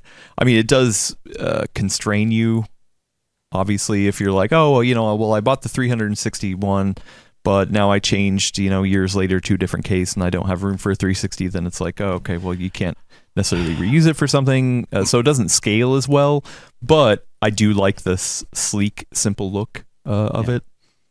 Height also came out with something like, they came out with their 360 matrix or whatever they call it. Height came out with those as well. Asia Horse has been making those forever. They've got the 360 matrix fans. I've been using those. They're not new. They're not new. But the thing about what would be new and nice is making the fans easily replaceable if one goes dead. Because otherwise you're replacing the whole unit. Yeah, right. Yeah. So sorry I interrupted you. What were you saying? I was going to say, like, the thing that worries me is with fans that have motors and RGB in them, there's two things to fail. And if one of those things fails, then you have to replace 3 fans for presumably 3 times the price of replacing one fan. Which, well, you'll appreciate this, Will. When we were taking the briefing, I was like, the thing that excites me the most about this NZXT thing is that you only have to screw in 4 screws. 4 screws. I do like that. Yep, because that's what I do anyway. So at least now it's the official recommended number of screws to put in. You just wanted validation. Yeah. Like, oh, that's all you need for a 360 fan setup. So madness. So I was talking to NZXT about this was a while back, and we were talking about fan stuff and new things they might be coming out. And I was like, reverse flow. When are your reverse flow fans coming out? And they were like, we're not really looking into that. I'm like, okay, all right, because some of their fans are nice. Like, they have the duo, like where you have the ring of RGB on both sides. It's just reverse flow looks cleaner. I like it. If you spend enough time on it, maybe if you use LCP instead of your standard plastics, you can get closer to the frame and get better CFM, whatever, static pressure, I should say. But he did hint at the matrix fans, and that was my question. Was like, how can you replace any of the units? Are you going to have easily accessible and purchasable replacement fans to drop in there? Just if a blade snaps or if your motor dies on one of them. Have you made that? And I don't think that any company that's making the combined unibody 360 or 240, because there's some that have like the smaller ones, I don't think they're addressing that really. I mean, the one thing I will say is, like, the failure rates on fans over the last 10 years has been 0% in my admittedly small sample size. So, I don't know. Maybe this is not a problem. They've gotten better. They have gotten better at that. Yeah, and NZXT, the other thing that I talked with them about is that they're offering a lot more black options for things, which, NZXT usually has that white colorway or the white and black, like that's just been their jam. And them and a couple other companies did offer some insights into, like, hey, how many people are buying white versus black stuff? Gordon, what do you think the breakdown is, just generally, roughly, for people who buy white versus black? I don't know, probably 95% black cases. No, way too high. Really? Roughly in the range from 30-70. What I heard was about 60 to 70% of the market is black, and that's why most companies just focus on black. But white almost everyone had white options, like that it is starting to tick up and be like a viable market out there. Like literally everyone had white options for either cases or even power supplies with white connectors. Like everyone had like white stuff just to be out there. Well, and the vendors like it because they charge a little bit of a premium for it since they don't make as much too. Yeah, and NZXT said they feel like their numbers for white were higher because a lot of people come to NZXT for white, right? So, you know, maybe they're a little more skewed that way, but yeah, I don't know. I have a white NZXT case I bought years ago that still has held up really nice. Looks great. It's 5 years old at this point, probably. Yeah. So I have my so I do my PC Matchmaker streams where people can they submit their info, they get on the list, and then I help them out one-on-one with their budget and needs, what they're going to use it for, all that stuff. And they fill out a Google form. Since December, I've been using a Google form for that, which turns out charts based on the and this is just basic info. I even turned off the thing where it keeps people's emails. I don't want any of their personal info. This is just me finding out what, and since December, it's been about probably 400 forms that have been filled out or so, split between 2 different forms when I changed the email accounts that I was using. So here I have about 225 responses. Do you want black or white color scheme for your PC?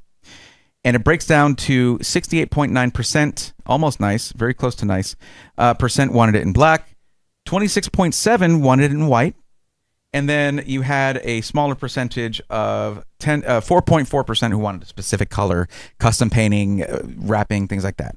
Now, on my previous form, that was a higher percentage in white, but it's just that's how it's breaking down now. It's still a majority of people who want their PC to be in black. of course, yeah. And it's a lot easier to match components to a black PC. Like if you want a white PC and you want like an all white build, it's tough to do. But I can appreciate that brands are trying to do that. If you look at heights, their thick Q60 and now the Q80 because they made a 360 millimeter one. Whenever they do something in white on those and on their fans, it's Panda. It's white and black. Mm-hmm. And they're focused on that. They're like, we actually want that to be our thing. It's Panda, the Panda colorway. No, don't tell Gordon. He hates pandas. Gordon, what did they do to you? I just think pandas shouldn't. I mean, I don't hate pandas. What did they do to you, though? To not exist? I just think they should not exist. No, I'm not saying I would Thanos snap pandas out of this world, but okay. Look, you know what like pandas eat? They eat bamboo. They eat bamboo. They eat like their weight in bamboo like every day or 2 days. But bamboo grows incredibly fast, like annoyingly so. I understand that. And then basically the panda's day, and I've talked about this before, the panda's day, they wake up and they start eating bamboo, right? You wake up, you like brush your teeth, you start eating bamboo. Oh, it's like 5:30 now. Got to knock it off. I've been eating bamboo all day. And then, So they're snacky. And then reproduce. Look, and then pandas reproduce like once every 12 years. And of course, you know what? If you ate that much bamboo every day, it makes sense. It makes perfect sense. So, look, I'm not saying I don't believe in the theory of evolution, but if like who's the guy who ended up on who came up with I can't think of his name for some reason. Darwin. Yeah. So if Darwin had like not visited that island because he missed his boat and then ended up observing like pandas, I was like, there's definitely no such thing as the theory of evolution, because there's no way you have an animal that has survived tens of thousands of years and every day they wake up and they eat bamboo for 9 hours a day and they knock off and they're so tired, like, hey, how you feeling, honey? You want to try, like work on that kid? No, forget it. Yeah, I've been eating bamboo all day. Yeah, me too. Forget it. Let's just watch some Netflix. There's no reason for them to exist. Think about that. Like they eat their weight in bamboo.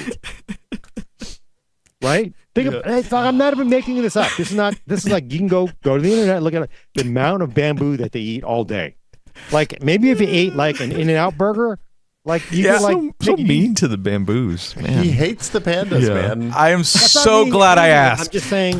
I'm genuinely glad I asked. Think about that though. Like, what the hell? Why do you eat something else but the bamboo. No, that's all we eat. What's next? Is it going to be koalas? All they eucalyptus? Yeah, And they're ridden with chlamydia too, so it's like a double whammy for the koalas. Oh, there it is. Yeah. Love it. Look at this right here. oh no! Oh, now Gordon's triggered. You just put a panda behind you. I'm on Team Panda. Yeah, Lindsay says, "I wish Gordon was my high school science teacher."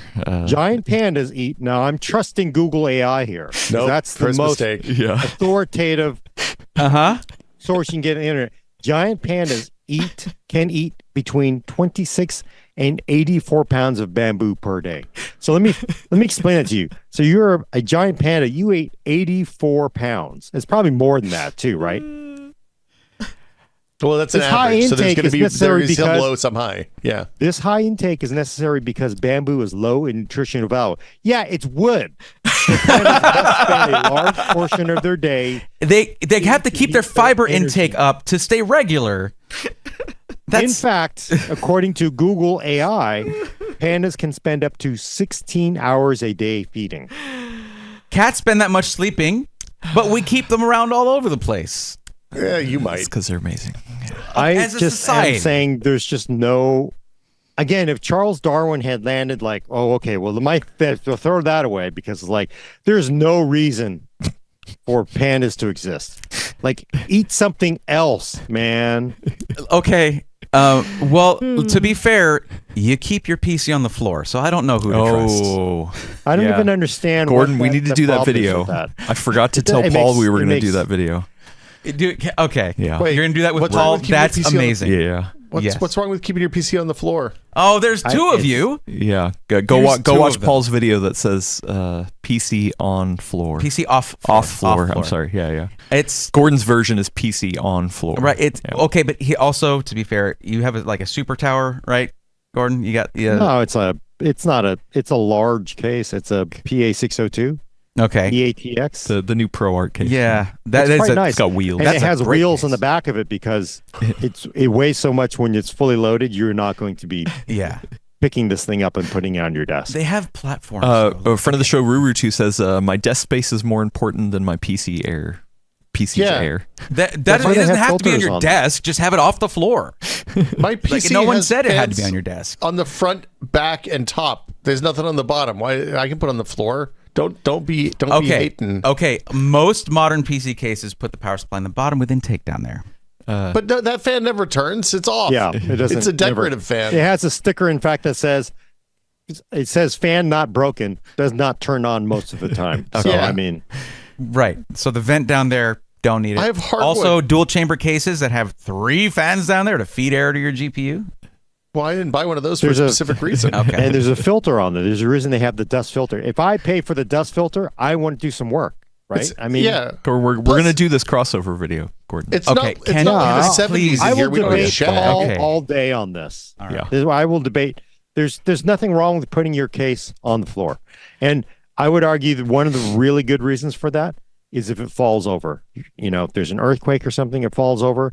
I would rather have If there's you a know, my panda that graphics comes card through, and everything. Pandas, There's a yeah. panda looking for the bamboo. Like If you got a bamboo aesthetic, if it's a Bamboo fractal high. north yeah, you're and screwed. it's got the wood on the front, you're You- done. You're done. it's not going to break if it falls over. It's not going to destroy every component on there. I If mean- it's on your desk and you live in LA, Paul, and it falls over in an earthquake, you will break Paul. everything in that Well, case. plus, Oh. Gordon's PC is heavy enough; it can kill you. Like it can kill a small child or a dog. Yeah, Okay. I would or have baby to have panda. there- to be yeah, fair, rescue squad to be that fair, would get Paul me. has made some poor decisions on PC placement very recently that he had to fix. He had a shelf. He put his PC on a shelf, and he's like, "Okay, you're right, everybody. It's not safe." So he went with a Thermaltake P3 wall mounted. I think that's the end game for me. Is wall mounted. I think would be nice. That is the way to go. You get some USB extension, so you don't. If that's your argument about getting to your I/O, it's not a worry. I think wall mounted is the end game. That's a thing. That's a goal for me eventually. Well, a goal for me is to get back on the Computex train. We were talking about cases. It's okay. Gordon, you asked this question to the live stream. Now I'm going to kick it back to you. Who do you think won Computex? I would have to give it to, like, for our crowd, for the YouTube crowd, even though there was somewhat negative reaction because they didn't see every single little, test, I would have to say AMD because they gave us the hardest launches out of there. You saw 9000 series, and of course people are like, oh, no, I don't know.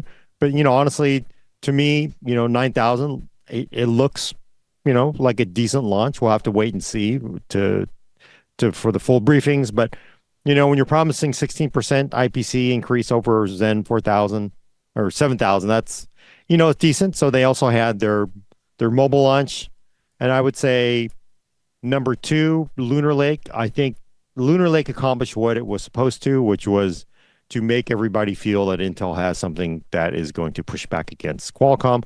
Qualcomm, I think, was probably not the biggest launch because there weren't a lot of reveals, because they've obviously revealed a lot of stuff already. So, I mean, that's sort of like their position they're in.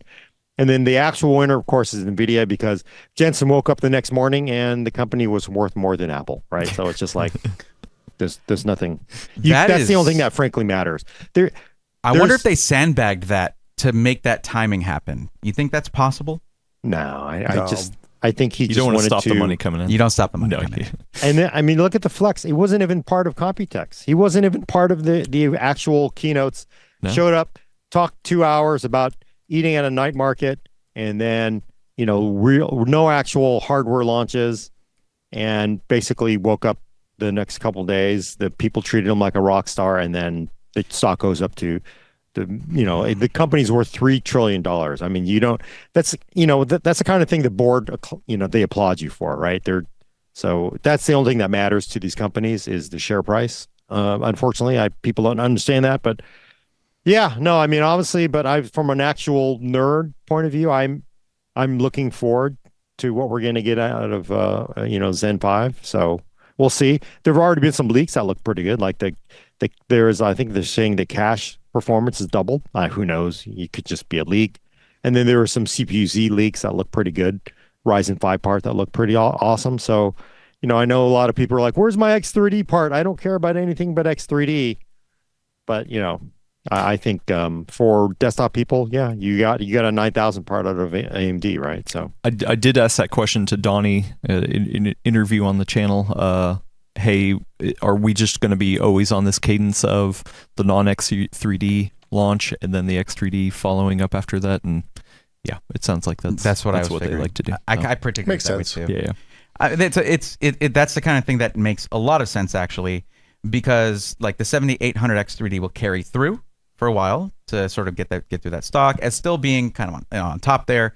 It'll continue to be just like the 5800 X3D. It'll be ignored in most charts as they're launching newer stuff. I don't know if you guys remember that, but there were certain launches in like when even 7000 series Ryzen, and then was it 12th or 13th gen Intel, or maybe 12th, but where they had just a little line, a little dash. Yeah. 13th gen launch. Yeah. So. The 7800 X3D is still doing its thing until they launch the new X3D chips, and it will still continue. One thing to remember, guys, just because new stuff comes out doesn't mean your stuff slows down. If that happens, that's probably your fault. You should clean up your PC and stuff like that. Yeah. But also, AM4 lives on.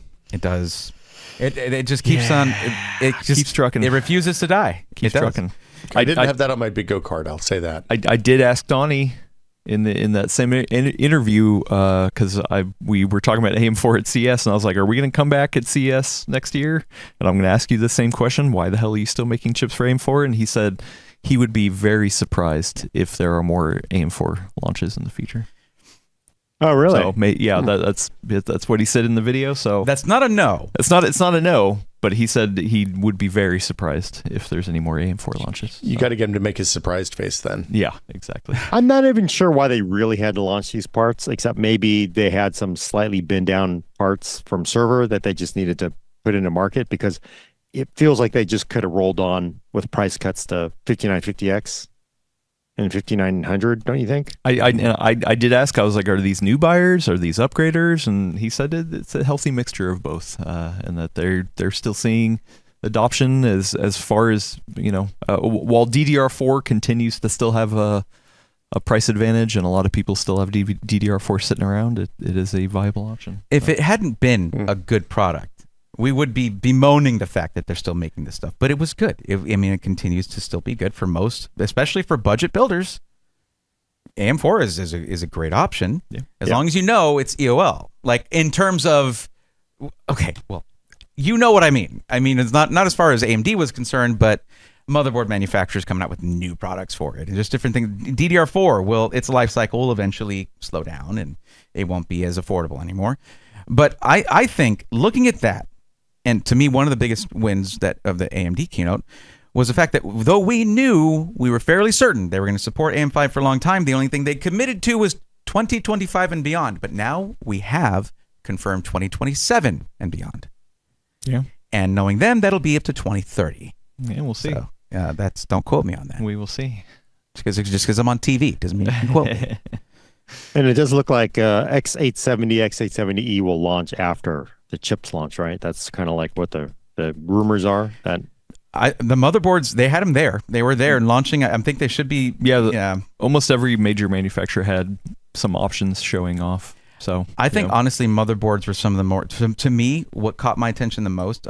Cases were great, all that. Motherboards, there was a lot of interesting stuff going on. That could be it could have been a whole topic on its own, if you ask me. The ASRock, what is it? The ASRock Taichi Aqua, in particular, which is it's a quote unquote next gen Intel. They refuse to let them put Z870. Z890, excuse me. Yep. Z890, excuse me. Numbers and letters all over the place. Anyways, they refused to let them put that. It was next gen. And even though the sockets have said LGA 18XX for a couple of years now, you couldn't say 1851, which Intel, why the one? What is that one pin doing? Why couldn't it be 50? 1850. LGA 1850. It sounds so much better. Anyways, but the Taichi Aqua, all USB-C on the rear I/O. I saw that. I thought that was a little. Personally, I don't think that makes any sense at all. 2 Thunderbolt, and it didn't say Thunderbolt 4, so I don't know where they're going. I don't think 5 is it ready for market yet? It's 4. It's 4. Okay. Yeah, I don't know. And then all the rest of them were all 10 gigabit. Well, and actually, so I talked to the motherboard PM, or maybe he wasn't a PM, whatever he was, a really nice gentleman. When I was asking about the Cam 2, he then asked my opinion on that one, and he said they actually had an internal debate because they wanted to actually take the audio connectors off, like the SPDIF and put 2 more. Yeah, just to put all towards USB-C. That's all they wanted. No audio outputs because we'll just use USB audio. Yeah, and I was like, yeah, you can kill motherboard USB audio. I'm fine with that. Yeah, because they're going to have a hub that comes out, and there was an Asus ITX board that had that. Had a hub with audio in it. Yeah. So yeah, that's fine with me actually. But yeah, no, I thought that was interesting. I was like, especially for like if you were trying to aim it at a creation kind of board, I guess I could see that. But I don't know. Yeah. Also, maybe in the future. Sorry, go ahead. Not having Type A's though, that feels. It comes with adapters. You got it. Yeah, I know, but that's just come on. That's just. That's one of those show off. It was a flex. It was just an attention-getting thing, but it's. I will tell you, you'll get pissed off immediately because mouse, keyboard, all the crappy ass USB Type A stuff that we have, and then you've got to have adapters for each one of them. You're just going to be like, no, this is just stupid. This was a high-end board, though. This was like for somebody looking for something, Yeah, but I mean, you get 2 Thunderbolts, and then the rest are 10 gig USB-C. I mean, what you could do that over Type A. What was the point, you know? And to me, it just doesn't make any sense except to show off. So and I think Adam had it right there. It was a flex. But one thing I will say was nice to see, and this is a personal thing for me. This is my opinion because I really enjoy white builds. There are practical reasons. They film better. They show up on camera better, and but also I think I like the aesthetics. But for not a while, these are fairly new boards from Gigabyte. But Gigabyte had these ice boards that were like with a white PCB. You know, before you would see like Asus with the Apex board had the white PCB, because it was only a really, really, really high-end board. But these are boards that were coming in at $220, $250, and $299. Right, that was for the X670E. That's nice. I/O was great. The aesthetics were awesome. Well, they further improved upon those. Put in the plastics are all white as well. So if you really want that super ultra clean look, they have those, but that's starting to spread. MSI has it now. ASRock has it now. Asus has motherboards. but they didn't do the white PCB thing as far as I saw. But yeah, it is something that is starting to spread. I asked if it's more expensive. They're like, not really. So yeah, there you go. How are they getting the PCB white? Is it? Well, there's a thing, and at ASRock asked the same PM probably. What about aging on it? Like, what's going to happen with that? You have a lot of like you're going to have lights. Like if you do specific lighting, especially if you do like a liquid cooled system with like UV liquid, and it'll discolor it. He said they had to develop a coating for it. So it's just white PCB, but then they put an anti-discoloration coating on it. So they are paying attention to that. I mean, you don't want it looking like an old Macintosh, right? That's, yeah, like that. Get that yellow, that special yellow. Look, more beige and green. That's what I say. I just give me the beige cases and the green motherboards. That's all I'm looking for. Yeah, I feel like it'll come back. We'll come back full circle. The classics. Will, who do you think won Computex? I agree with Gordon. I think it was AMD in terms of the big four. Intel seemed soft and like they were hustling to get something to show. Qualcomm didn't show me the numbers I cared about. And while I think Jensen's stock valuation is fantastic and I'm really happy for him, the stuff that they showed in their keynote was less exciting for me personally than AMD rolled out with a strong focus for consumers and enthusiasts, and then rolled into the AI and the mobile stuff. And I thought that was an interesting move, kind of a brave move on their part, honestly, because it wasn't, those weren't the parts of the market that are going to drive stock prices higher. That's the part of the market that's going to make enthusiasts excited, and I like what enthusiasts like. Braithorn, who do you think won? Well, it doesn't have to be the big four; it could be anyway. Okay, actually, I'll do two then. I'll do one for the big four, and then one for the scrappy underdogs. Okay, all right, or regular companies, or whatever you want to say.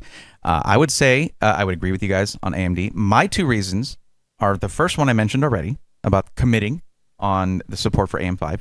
The other, just the fact that they came out and within the first 15 minutes they covered the desktop and gaming segment, the desktop CPUs, like the ones that I would cover for my audience. That right there is one of those things where like they know people are waiting for this. They know people want to hear it, so you save it for the end. So they watch the whole thing. Nope. That to me was a power move. I think that was a good move. Also, it saved me from, because I needed to take my notes. It saved me from having to watch the whole keynote to get my notes for my video for my audience. But so I think that and also it's just like, yeah, in comparison to NVIDIA, they were winning outside of Computex. Cool. Let them have that. They didn't bring anything to the table. They didn't even have a table at Computex. So he did get to walk around and walk around like a rock star. Almost every booth had NVIDIA racks. They're there. Booth, so yeah. Whether you they're everywhere pretty much, but they didn't have to rent a booth there or whatever. They didn't have to get a place. And anything they didn't get, Asus took up, because Asus was everywhere. They had two massive booths. But I would say that for my non, big company award, it's going to go to Trikes, actually. Everybody was talking about them. Including other case manufacturers.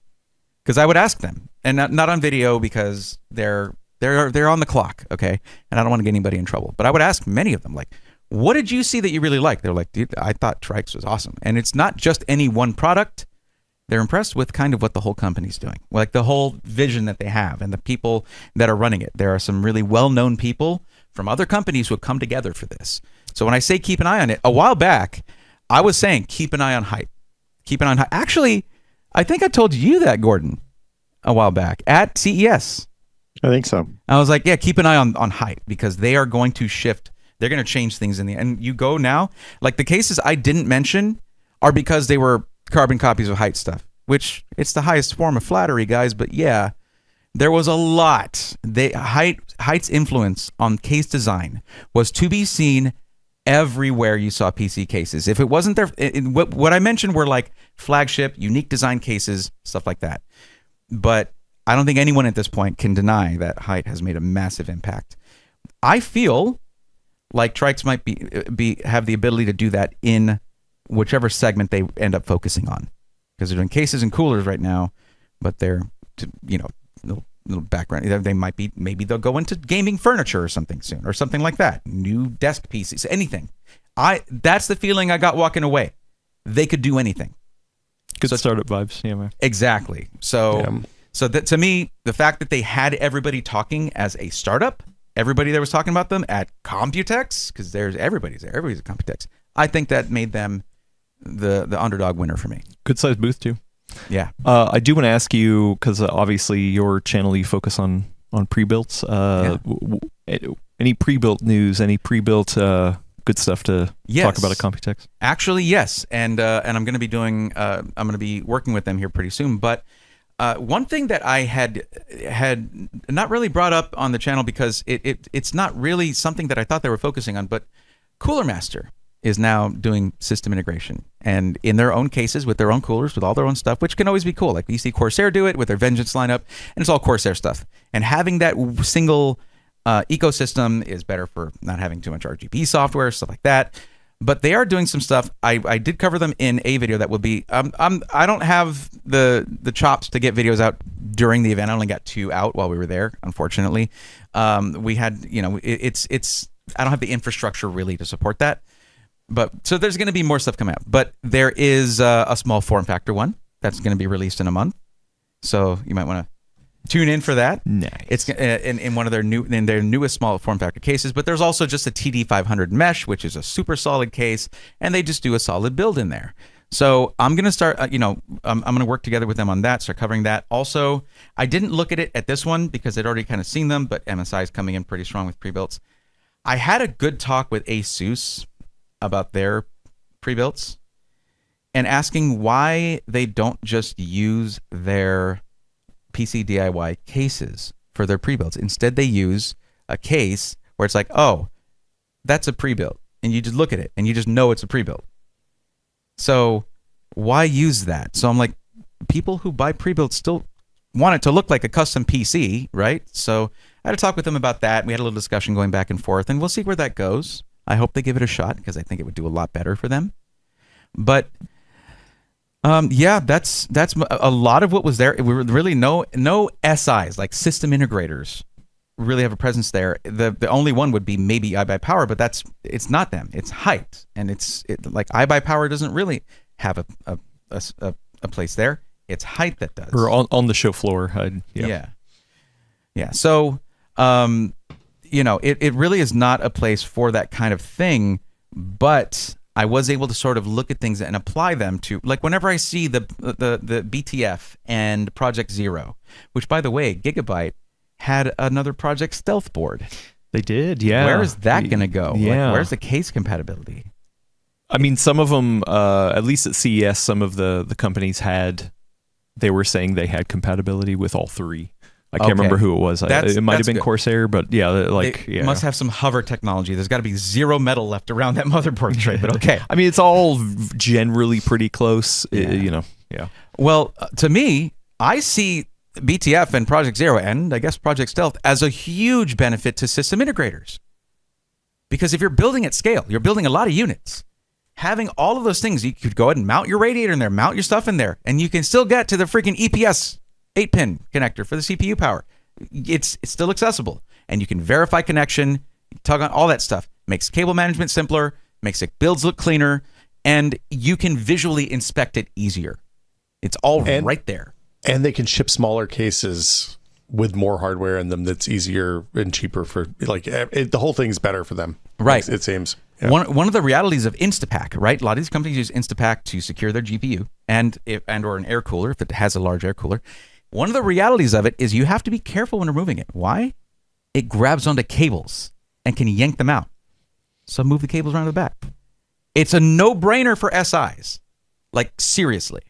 So I guess maybe I have a different filter that I put things through when I'm looking at stuff. Like, enthusiasts, it's great for enthusiasts, sure. Actually, some enthusiasts might be like, no, custom cables are a great way to aesthetically dress up your PC. So there's going to be back and forth on that. But I think of it as an unquestionable benefit for SIs, especially large volume, like, the power thing, iBuyPower, CyberPower, Skytech's getting up there. The large volume SIs that need to verify and be able to do things at a large volume, I think it's going to be a no-brainer for them, in my opinion. Love it. I actually would love to do a backside build with unibody fans. Like, you could probably build that entire case, have it fired up, looking beautiful in like 12 minutes. Oh yeah. right? Because I mean, the worst thing is like if you got to screw every single stupid fan into the radiator, and you've got to deal with all the wires. And that's why I'm actually a big fan of the things like the Corsair, the IQ Link, because I just hate having to wire up all the stupid RGB fans separately. So, and then to have it basically in one single fan that you just mount to the radiator. It's just like, and then you're mounting it to if you have a backside connector, it's just like, I'm just so over all the stupid ass wires. It would just be nice to screw everything in, seal it up, hit the on button, and go. Boom. In that case, you might like the TD500 Max from Cooler Master. I almost said. Yeah. Now it's not rear connector, so you can use any motherboard, but it has a power board. So, and it's the cables to it are pre-run. Right. So all you're doing are patch cables, basically. You're doing extensions. So, and it looks super clean.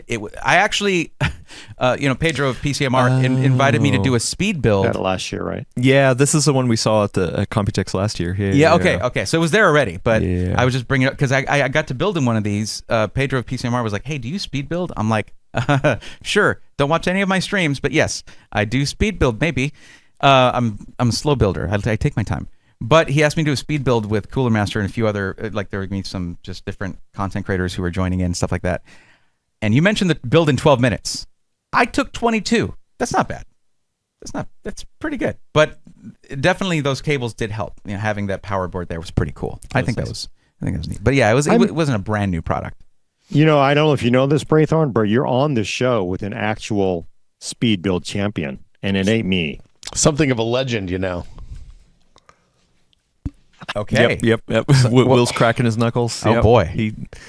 I actually kind of, and don't you think it would be neat if they actually did speed? Somebody brought back the old PC speed build at Computex. I mean, that would be nice. I'm not getting near to Computex. I'm afraid of the competition there. Those young YouTube kids who crush me now. That's who crushed me. Yeah. Those young kids with their nimble fingers.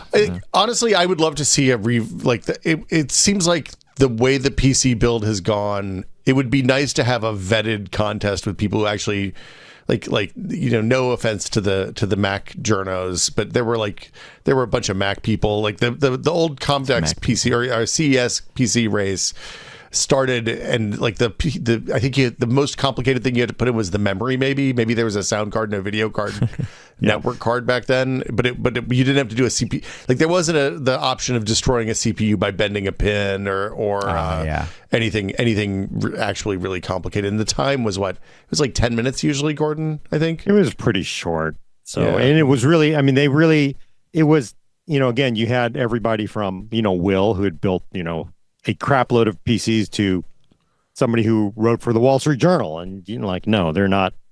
They're a Mac person, and they really did not. They were not PC people, right? They were consulting the little cheat sheet that they gave you to learn, because the trick was always like you didn't put one screw in, they'd DQ you or whatever, which happened every year, and then the person who got DQ'd was always really upset. But we should probably wrap it up soon, but I do want to get to some super chats. I been neglecting them. I'm so sorry. Friend of the show, VC Jester, gave us $5 a long time ago. Thank you so much. Said, "Don't make me send another strongly worded letter, Gordon." And I don't remember what it was. That was in the beginning. We were talking about food, I think. Southern food. Yeah, Southern food. Yes. Yeah. Southern food is the better food. That's just simply the truth, right? As a Texan, I can agree. Friend of the show, Skeet Sayer, is asking or gave us a $5 Canadian super chat. Thank you so much. Said, what does Gordon feel about Jensen telling TSMC to charge more? I don't know this quote.